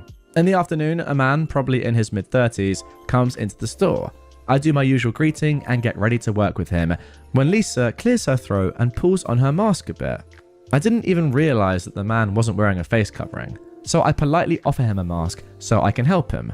Of course, he goes on a rant, saying he knows his rights and the usual mumbo-jumbo we've all heard. I tell him, I'm sorry, but I have a weak immune system and I can't risk getting sick. This earns me a grunt and him snapping at me, "I have cancer. What's wrong with you?" I give him no answer and take my wig off and drop it on the counter in front of me. He sputters and tries to apologise, saying he didn't know. He then decides to tell my co-worker and me, both early 20s females, about his testicular cancer, talking way too much about his naughty bits for our liking. I guess that was his way of trying to diffuse the awkwardness and shame. I've walked to the other side of the store and my co-worker dealt with him. At some point, I heard him say to her, I'd asked what kind of cancer she has, but... Now Lisa and I share a knowing look. I never actually said I had cancer. My hair fell out when I was a kid and never grew back. That's all it is. No sickness, just my immune system being stupid. Oh wow. Eventually he buys an engagement ring and scurries away. I've honestly never seen a customer walk out so fast-paced. Lisa and I crack up laughing once we thought he was out of hearing range before going back to being bored on a slow day. That is actually phenomenal. I mean, it's a great thing that you don't have cancer, but also the fact that you slightly inferred that you did while not actually saying that you did, and him thinking, oh my god, what have I done, is so good as well. I think just to clarify what I mean here, I mean like it's a good thing that you don't have cancer. I mean, that's obviously a flat good thing, but I think it's also a good thing that you made him think that you did have cancer, despite the fact that you didn't lie about having cancer, which would have been weird. Him thinking that you have cancer, I think is a good thing and should, in theory, although I've said this with like everyone else in this video really, should in theory make him think twice about doing something similar in the future. But I don't know, guys. I mean, I'm just looking through this again. Does he, like, he scurries away and is obviously embarrassed. Will he do something like this in the future? I don't know. I also kind of do feel a bit bad for him. Like, if he has cancer, then it's just a terrible thing to have, obviously. So let's cut him a little bit of slack. He's probably going through a lot right now, but it doesn't excuse, you know, being really rude. And it also doesn't excuse not wearing a mask. I mean, surely you can still wear a mask when you have cancer. If anything, wouldn't you still want to have a mask on? I mean, more than ever, so you don't get, you know, you're not at risk of getting an infection which would make your immune system even weaker, right? Your friendly neighborhood cripple is back. This just happened today and I'm still giddy with glee. Hello, I'm your friendly neighborhood cripple. For those of you just joining us, I, a 50-year-old woman, am paralyzed from the bra band down due to a catastrophic illness. It's been almost 10 years since I was paralyzed, and I have tons of stories which I share here for your enjoyment. To mitigate my disability and help me get around in the world, I have a power wheelchair and a service dog. I'm not exaggerating at all when I say the trash that comes my way could fill a 3-month supply of my colostomy bags and then some. For our newcomers, I am the way I am as I grew up in a suburb of NYC, was bullied constantly my entire school life, and grew up with an older brother. He and his friends made my life a living heck until I honed my sarcasm, sharpened my tongue, and learned to think quickly to give as good as I got. Usually, I ended up turning it around and making it worse for the person who insulted me. In addition to all of this, my husband and I recently moved from our lovely New York adjacent suburb to North Carolina. It's a lower cost of living, I still get excellent medical care, we've got a house that's fully accessible in a lovely neighborhood, etc. People here say things to you in a sickly sweet or very kind voice, but what sounds like a compliment is often an insult. Now that you're all caught up, on to the story. Today we went to Costco. My hair is a gorgeous dark purple, and as my service dog Cap and I are wheeling around, I see a shirt I like. I go to look at said shirt. It was one of those super soft casual cuts in an amazing shade of green. A younger woman, maybe mid-30s, looks at me and nods politely. I smile and nod back and begin checking out the shirt that caught my eye. She's next to me, also checking out the shirt, just in a different color. She says to me, "You are so brave to have purple hair. I could never do something like that." In that, "Oh, bless your heart" tone. "Oh, no," I replied. "What's brave is a woman your age wearing that." A vague gesture to her clothes. What's wrong with it?" "Well, those jeans are definitely a choice. Plus, open-toed shoes when your feet look like that? I wish I had half your confidence. You'll have a great day." At that point, I decided against the shirt, since the shade of green made me look like a shade of corpse that was just not flattering. Not that any shade of corpse is flattering, but this was the least flattering shade of corpse I'd ever seen. Cap and I zoomed off to find my lost husband, leaving her to stare at her perfectly nice jeans and perfectly normal feet in perfectly normal open-toed shoes. I wonder what the frick was wrong with them.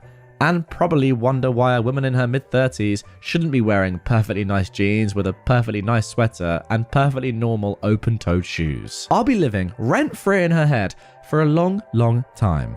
Until next time, because there's always a next time. Your friendly neighborhood cripple. Now, just some more info to add. Several people have raised the question if she was actually complimenting me. Sadly, friends, she wasn't. Her tone of voice was the one reserved for very stupid dogs, very stupid husbands, or very ugly babies. That saccharine, false sweet tone that indicates disdain behind what would otherwise be complimentary words. Like calling your dog brilliant because they startled themselves awake by farting and give their butter look like it betrayed them. Now, I am guilty of that last one. Peggy does it regularly. And everyone, it's hilarious. Yeah, that is fair enough. I was kind of thinking, are you sure she's not actually complimenting you? But I guess when you're in real life, when you hear the tone, you would know if someone's being sarcastic. All right, guys, let me know in the comments down below, because this is the first time I've ever come across this user. And I've got to say, from the style of writing and just the general tone, I love this person. And I want to read more stories from them about similar sort of things that have happened. I can't quite believe I've not seen a story from OP before, but I don't think I have. Comment down below, do you want to see more from this user? Because I reckon, I've not had a look, but I reckon they've got loads and loads of posts that are probably equally as funny as this one. I mean, on this one, just well done. Well done. It's an unnecessary comment from anyone to ever comment on someone else's appearance or style when they're just strangers. So yeah, you just shut her up instantly. It sounded like you just clapped back right away. And you're so right. It makes it better that she's wearing normal stuff that probably looks pretty nice, because now she's going to be second guessing probably her entire wardrobe and thinking, oh my God, what did she see? What can I not see? Why did she say this about my jeans when they're actually completely normal? It's so good.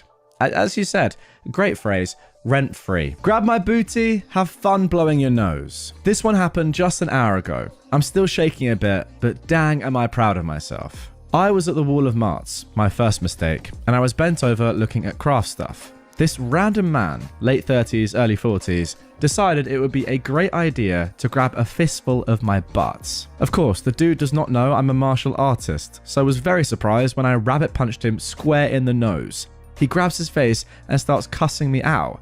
I cock my fist back and shout, "And I'll do it again!"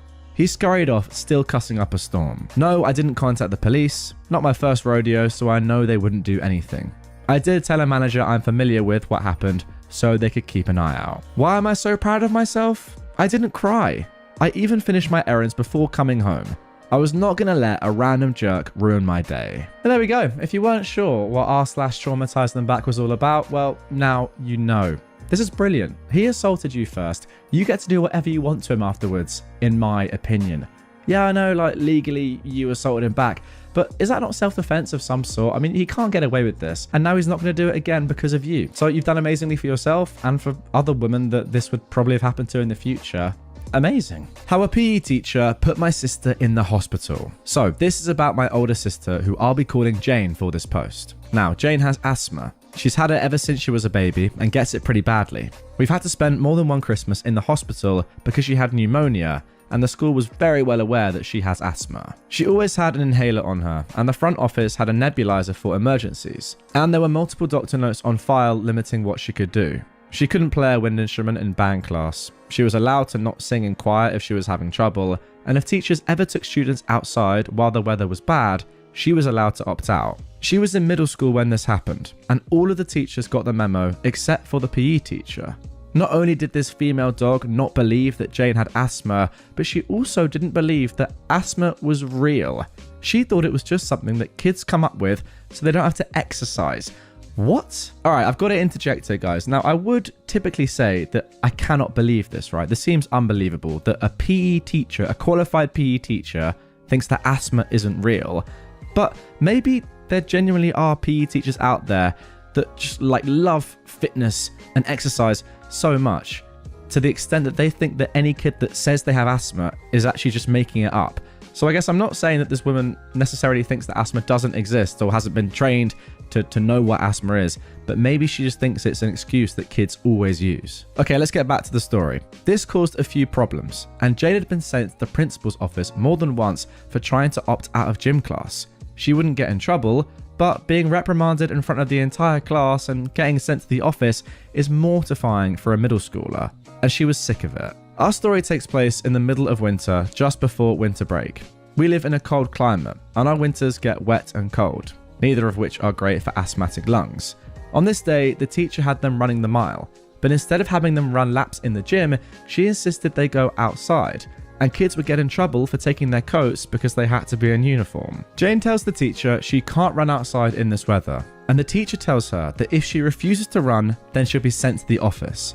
Now, if you remember, middle schoolers' sense of self-preservation is non-existent, and Jane has balls so big that they impair her walking, so she decided enough was enough. This school had a track that was a quarter-mile long, but for whatever reason, the teachers never had kids run the mile on it. Instead, they had the kids run around the block that the school was on twice, while the teacher stood at the starting point with a stopwatch. What Jane knew, and the teacher didn't, was that at the same time Jane had gym class, our mum would go to kindergarten to pick up our younger sister. She'd seen Jane running the mile on nice days earlier in the year, and gave her a little honk and a wave. So imagine, if you will, my mother, a CNA, going to pick up her baby, only to spot her eldest daughter running around outside with no coat on in the middle of winter, struggling not to slip on ice in certain spots.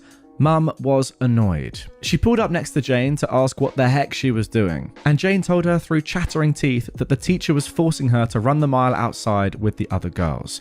Mum told Jane to get into the car and drove around to the front entrance to rush her into the office, demanding they call an ambulance and get her a nebulizer for a breathing treatment and something to warm her up and get her circulation back, as she was literally turning blue. Jane was hospitalized. The school had to pay for the ambulance ride, pay for the nebulizer medication, and pay for the hospital stay.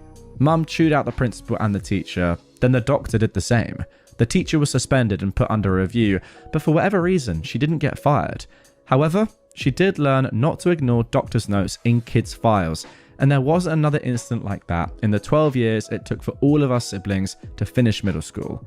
And Jane continues to have the largest balls I've ever seen. Why is it always PE teachers, guys? That's my question. You just hear about them a lot. Everyone's had one bad PE teacher who just forces kids to do things that they don't want to do, just for no real reason. And I feel like I've seen at least 2 or 3 stories like this or similar to this over the years. Now, yes, not necessarily have they had this level of revenge, which was excellent to see. But, you know, on like Entitled Parents or Entitled People, you hear about teachers like this, PE teachers to be precise. It's pretty crazy that she wasn't fired, by the way. Like you've said at the end there that she did learn not to ignore doctor's notes in kids' files. Is that not the number one thing to like do as any teacher, is read those files and know exactly what is in them? Surely. Like, yes, the point is to educate, but first and foremost, it's to keep the child alive, isn't it? Like when they're in your company, you are their carer. That's insane. But yeah, shout out Jane for saying, you know what, I'm done with this. I'm just not doing this again. And shout out to your mum as well. You've lost weight. You look great. Slight backstory. About 7 years ago, I was forcibly moved out by my father. And after my mother tried to guilt trip me into dropping the associated court case, we went no contact for a while. She and I are on good terms now, but it took a while for us to get comfortable meeting up again. And this interaction occurred during our first meetup after that point. Because of how much this had affected my life, I'd been between jobs for a while and was severely struggling with the poverty of very abruptly having to fend for myself on top of the mental issues caused by the incident. Suffice to say, I was really struggling to have regular meals and was definitely not at 100%. It had been close to a year since she'd last seen me, and due to this intense poverty, I'd naturally lost close to 30 kilograms, 66 pounds since then. I was slightly overweight before and was now just slightly underweight. Don't worry, I wasn't skin and bones.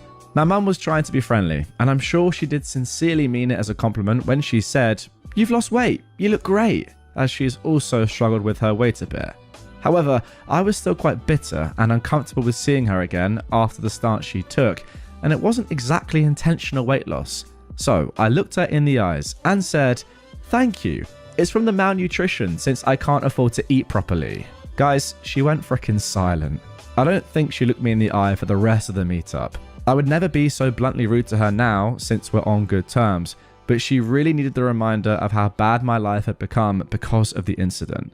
At least she bought me a F ton of groceries afterwards because of it, so I had some proper food again for a while. Yeah, I mean, that's a good thing, I guess, but she can't just like buy some groceries for you in the short term and that makes up for everything that's happened in the long term.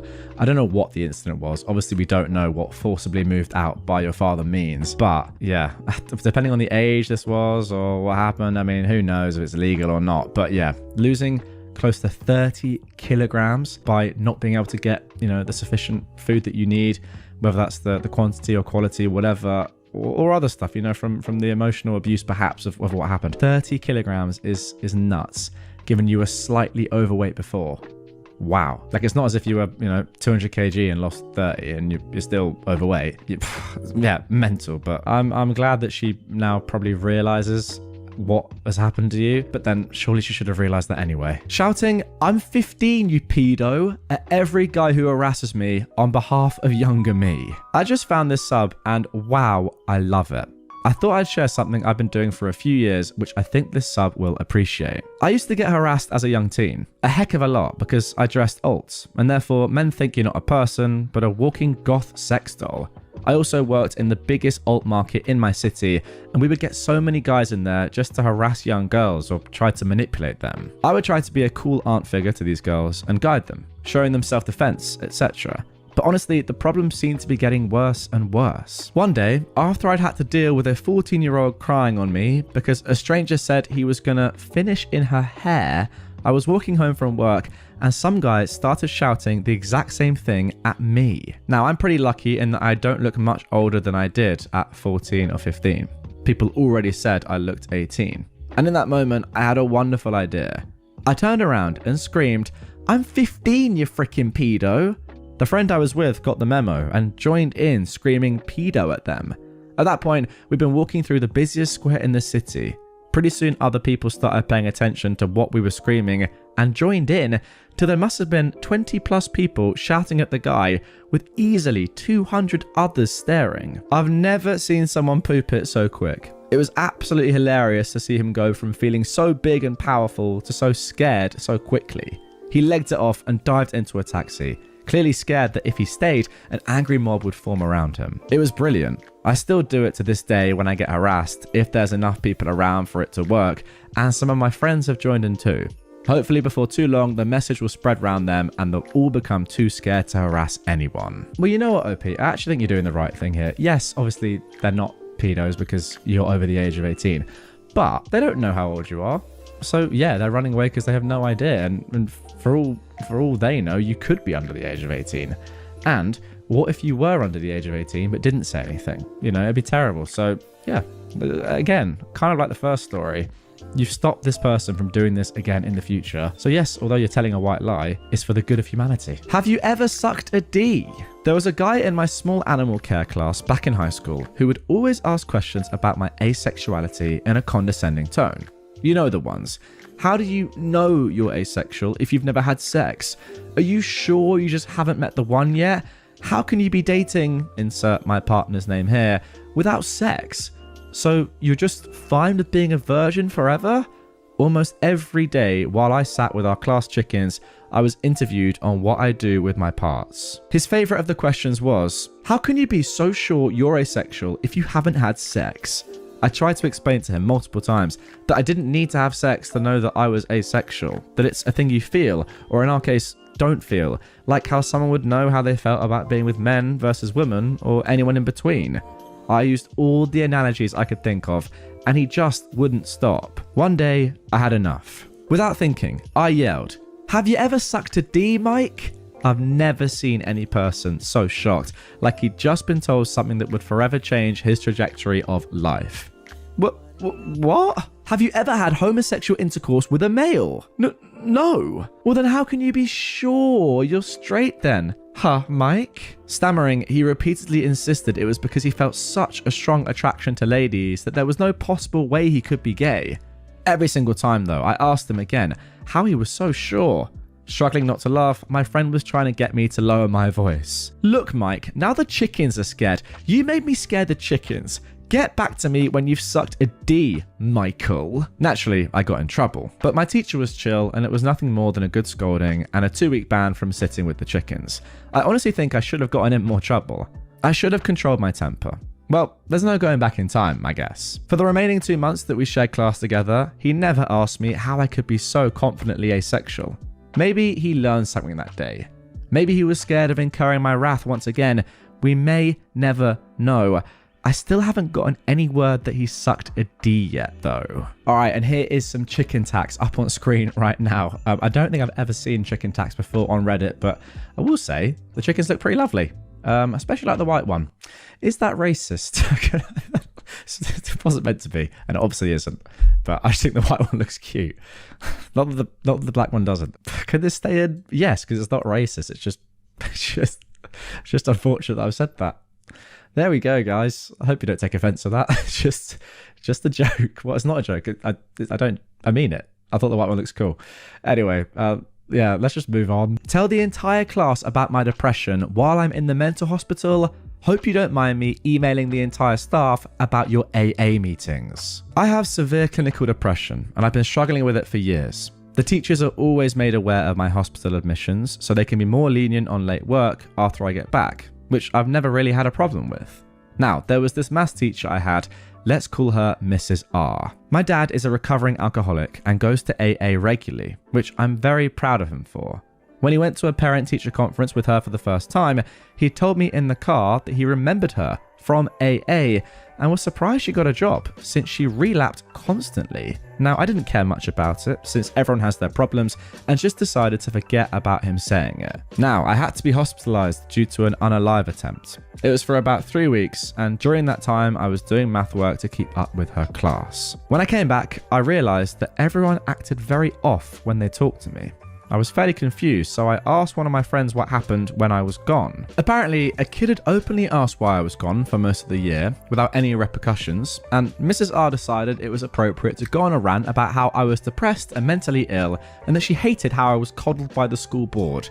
She also stated that if I was her child, she would beat the depression out of me. I was royally annoyed at the fact that she did that and thought it was a good thing to do to a kid that at that point was in middle school and was being bullied left and right.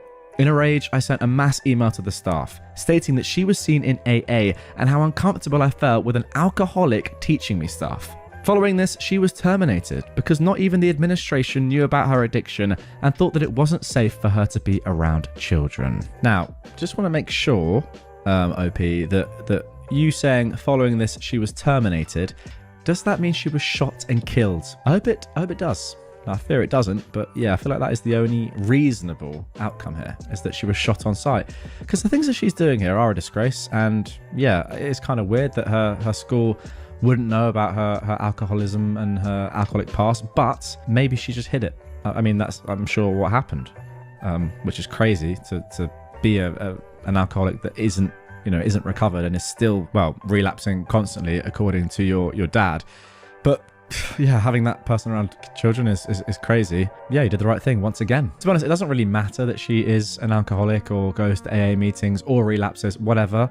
Like, the fact that she's disclosing this to her class, your classmates, and then saying all this stuff that she said, like, it is absolutely ridiculous. She hated how you were coddled by the school board, and that if you were her child, she would beat the depression out of you. That's absolutely insane. For that reason alone, she should obviously not be in education. Ignore my medical issues and I get angry. When I was in high school, my doctor accidentally let slip that I'd been formally diagnosed with ADHD 4 years beforehand. My parents hadn't wanted me to use it as a crutch, so they just hadn't told me. I was furious and I immediately pressed to start medication and get education accommodations. My parents sort of sheepishly agreed to everything I asked for, and I started doing well for the first time ever. This is all background info. Well, I've got to say off the bat, that is some of the worst parenting I've ever heard. What on earth? Anyway, we moved and I was taking a freshman science class in my sophomore year because my old school had done what was effectively the sophomore science in my freshman year. I'm the 16-year-old new kid doing standardized testing with a classroom of freshmen I don't know super well.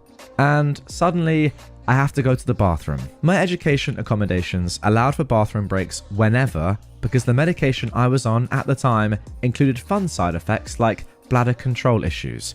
I raised my hand and I asked a substitute teacher who was acting as our test proctor while our normal science teacher was on vacation.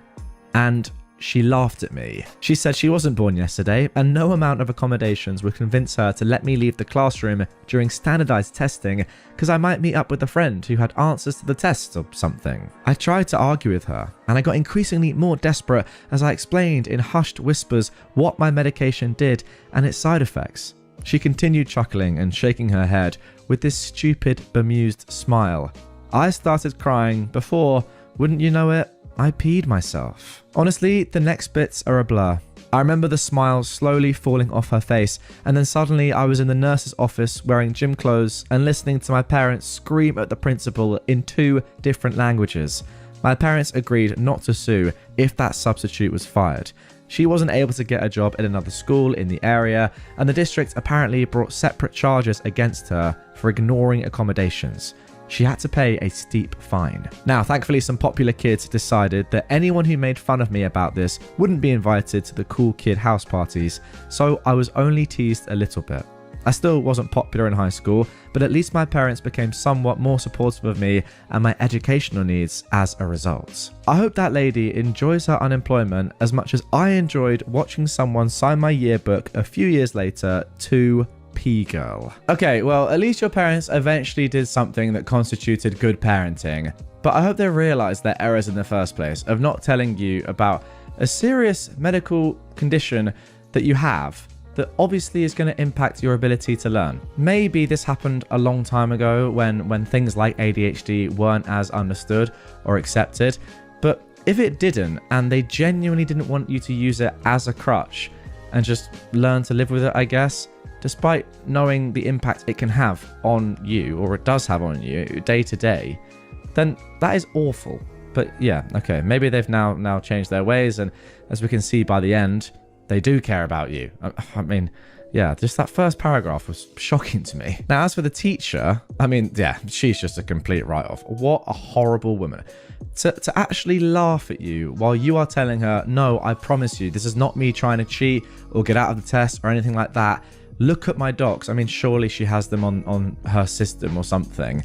Look at them. I'm on this medication because of my condition. Like, how can somebody who's a teacher laugh at you in that spot? It's just ridiculous. It's a good thing they got rid of her, no doubt about that. It's a shame that you didn't get the money though, as you know, you didn't sue, and she was forced to pay a fine to I don't know, the school, the district, whatever, not you. I feel like you deserve some compensation for such a horrible thing, and fair play to the kids as well for not bullying you about this. It would be very easy to do so. Not saying that they should, but I mean, if bullies are looking for a reason to bully, that's a pretty good one. So fair play to the kids for not doing that. But yeah, I'm sure this moment is going to stay with you and be pretty traumatic for your life. And yeah, I can't imagine what being in school and everyone knowing that you'd gone through that would be like. Now for our second story. This one is brilliant. Steal my mail, have fun thinking you're cursed. I hadn't thought of this in years until my daughter brought it up and suggested I post it here. I'm looking behind us now, across the count of time, down the long hall into history back in the before times, in the long ago. 2020, I'm talking about 2020. At the time, I was living in the Midwest and my daughter was living in the Pacific Northwest. She'd started getting into haunted dolls, and when lockdown happened, she picked up customizing porcelain dolls to keep herself occupied. I sent her a few old dolls I'd found at thrift shops, but when I called her to see what she was going to do with them, she told me she never got the package. That's when she told me that porch piracy had become a huge problem in the town. She said that it had always been an issue, but since lockdown had started, they'd gotten beyond blatant, and it was an almost guaranteed chance that you wouldn't get your packages unless the mail person directly handed it to you. It got to the point that the thieves would literally follow the mail truck and would be walking up to the porch to steal packages as the mail person was walking back to the sidewalk. This, as you can imagine, annoyed me on a personal level. If I was going to spend my own money sending something to my daughter for her to customize, I dang well wanted her to get it, not some random mook off the street. I told her I'd think about it and get back to her, as there was a doll I'd found that I thought would be perfect for a horror customization. Plus, I wanted to support my daughter with her art, so I wanted to commission this doll specifically. The other important factors that contributed to this situation are that I'm pagan. I love ancient fictional languages, and I absolutely love being able to screw with people that deserve it. I spent a few weeks mulling the situation over in the back of my mind, and I eventually hit on a solution that borrowed heavily from the satanic panic, which I'd lived through as a kid. Since I wasn't sure that she would actually get the package, I decided to send a backup doll that I'd found and planned on sending with the original doll, just in case the original doll got messed up in a way that couldn't be fixed. The doll had a cracked face, was missing an eye, had a faded, stained blue silk dress, and the hair was a snarled mess. I found a shoebox that fit the doll with a little room to spare, and I got to work. Everything I wrote is approximated because I was an idiot and didn't take a picture before I mailed the box off. Stupid of me. Oh, that is a shame. I would have loved to see this. Anyway, first I aged some printer paper with coffee, crumpled it up until it was soft, then cut out 6 squarish pieces. I created 2 sigils and drew them on 2 of the pieces. One small one where the sigil took up most of the paper, and one larger one where the sigil was in the center but had plenty of room around it to write other stuff. The sigils were based on the phrase F off thief and this is not yours. I also used a Gallifreyan translator app and created a symbol that translated into may you perpetually step on Legos barefoot in the dark. Now I believe that Gallifrey is the language used in Doctor Who. The 4th and 5th pieces of paper had random symbols drawn on them, including alchemical, astrological, symbols from some 70s metal albums, Led Zeppelin in specific, and random shapes that I doodled. The last one I used a Klingon translator and wrote out F you effing F, both phonetically and in the actual Klingon alphabet in a spiral that filled up the entire piece. I took the larger piece with the not yours sigil in the middle and wrote phrases cursing them unto the 100th generation, accused them of preferring goats as sexual partners, etc. in Norse runes, angelic script, and 2 other languages I don't remember off the top of my head. Then I burned some of the edges and some small spots throughout the papers. God, imagine being a thief and looking at that, being like, oh my God, what have I done? Once I was done with that, I rolled the largest piece into a tube, tied it with black and red ribbons, used wax to seal it, and tied it to the doll's hands over her chest with black twine. I then wrapped 4 of the pieces around the arms and legs of the doll, and I sealed them with wax and stuck the last piece, the small sigil, over her face. I used a pentacle wax seal stamp to stick it to her forehead. I wrapped the doll in some ancient tissue paper that I found in my basement, and I put it in the shoebox. I added several red, black, grey and green quartz crystals, as well as some pinches of dried herbs and flowers from my altar supplies. I finished the whole thing off with a short note written on torn notebook paper that essentially said that I was grateful to get this cursed thing off of my hands, that I tried to seal the evil spirit possessing the doll as best I could, but I didn't guarantee it would work, and that it was the buyer's problem now. No refunds, no returns, and if the buyer died, it wasn't my fault. I went absolutely cheesy 80s horror movie with the note. It was completely histrionic and overblown. I figured that anyone sensible would think that this was a prank or a prop or some I'm so dark and spooky teenager trying too hard to be dark and spooky, but mostly I wanted to make my daughter laugh, or at least momentarily freak out whomever stole the box. Admittedly, I'd picked up this doll because it struck me as looking rather creepy to begin with, so all the set dressing fit the doll well. I wrapped the box in duct tape, then in brown grocery bag paper, added some more random symbols on the seams, and I mailed it off to my daughter. The aftermath. She said that she got the notification that the doll had gotten delivered, but that when she went to retrieve it, nothing was there. A few hours later, she was sitting in the living room when she heard a loud thump against the door and heard the sound of a vehicle speeding off down the hill. When she opened the door, she found a ripped open and hastily retaped box containing only 2 things. The doll, buried in what looked like 2 full canisters of molten salt. She thought that was odd, but forgot to ask about the salt when she texted me to let me know the doll had actually made it. We were talking about the doll last year when she asked me why I'd sent it in salt. I asked her what she was talking about, and after she described how the doll arrived, I told her how I'd actually packaged it up. She was kind of bummed that she didn't get to see it in all its ridiculous glory, but mentioned that they haven't had a problem with porch pirates since then. So, I guess the local porch pirates were so terrified of the curse that they might have unleashed on themselves that they've avoided this area since then. I genuinely thought the whole thing was so over the top and cheesy, it would be obvious it was fake. But whomever stole it the first time was so terrified that they had to drown the doll in salt to break the curse.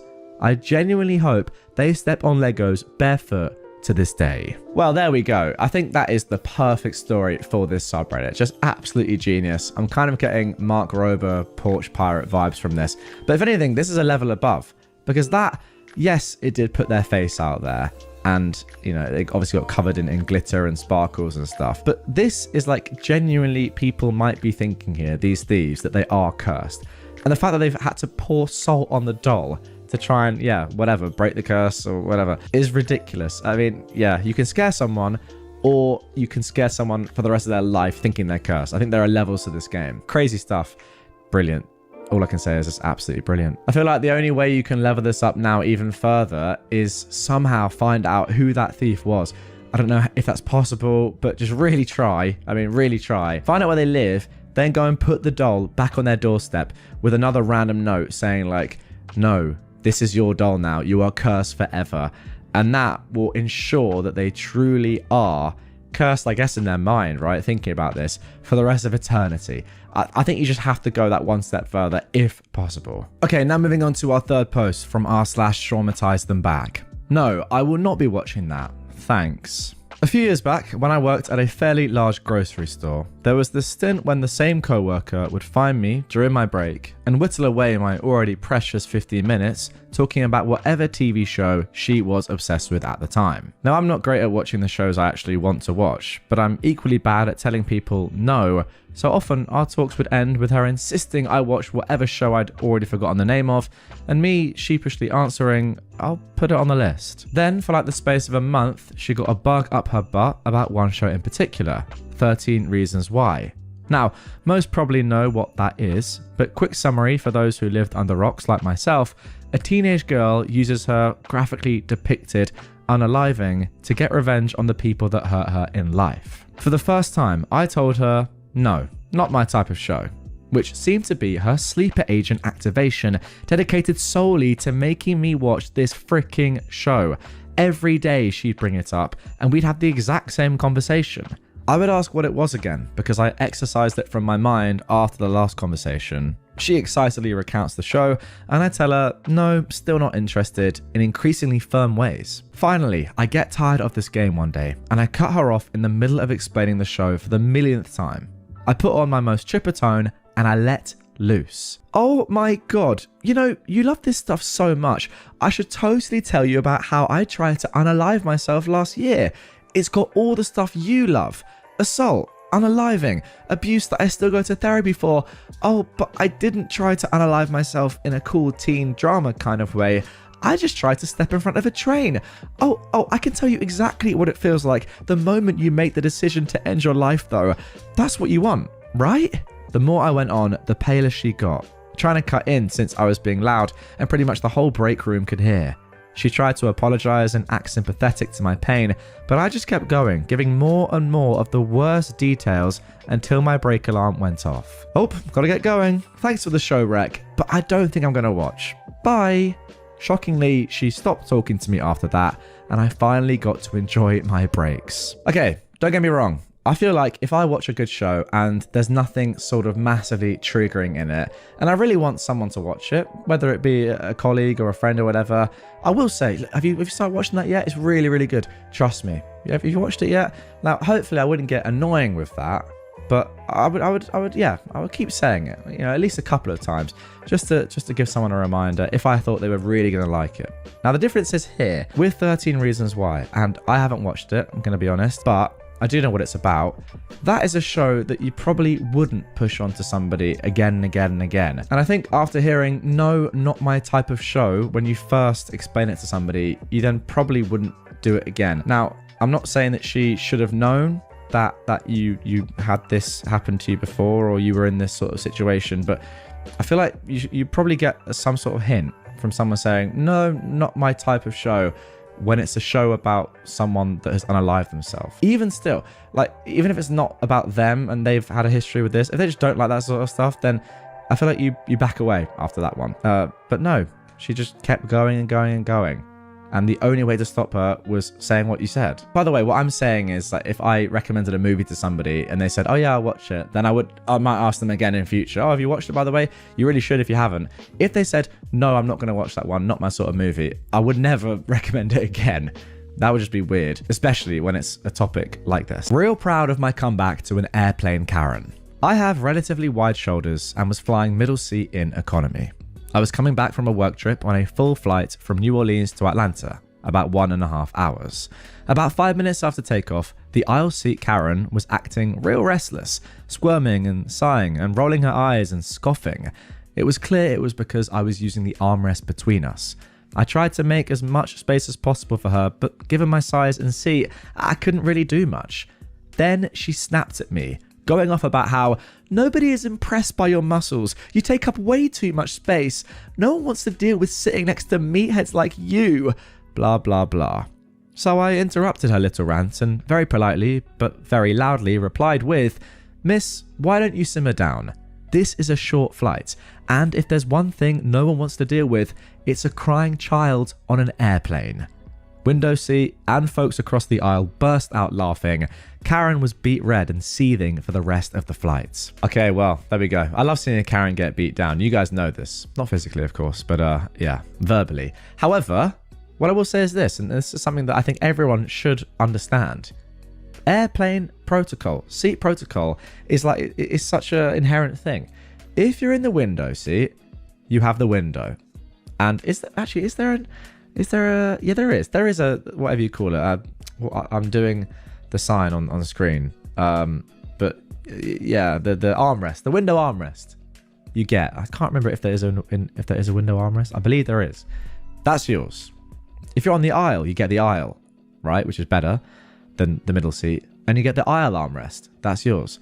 And if you're in the middle, because you're in the middle, and that's obviously the worst seat, I think that you should therefore have dibs on both middle armrests. Simple as that. So if she's getting annoyed because you've got one of the middle armrests, or your right arm is on the, or whichever way, whichever side you're sitting on, you're taking one of her armrests in her opinion, I think she's just wrong. And just because you go to the gym, that doesn't mean that you have to give up an armrest. Just silly from her. But yeah, great comeback.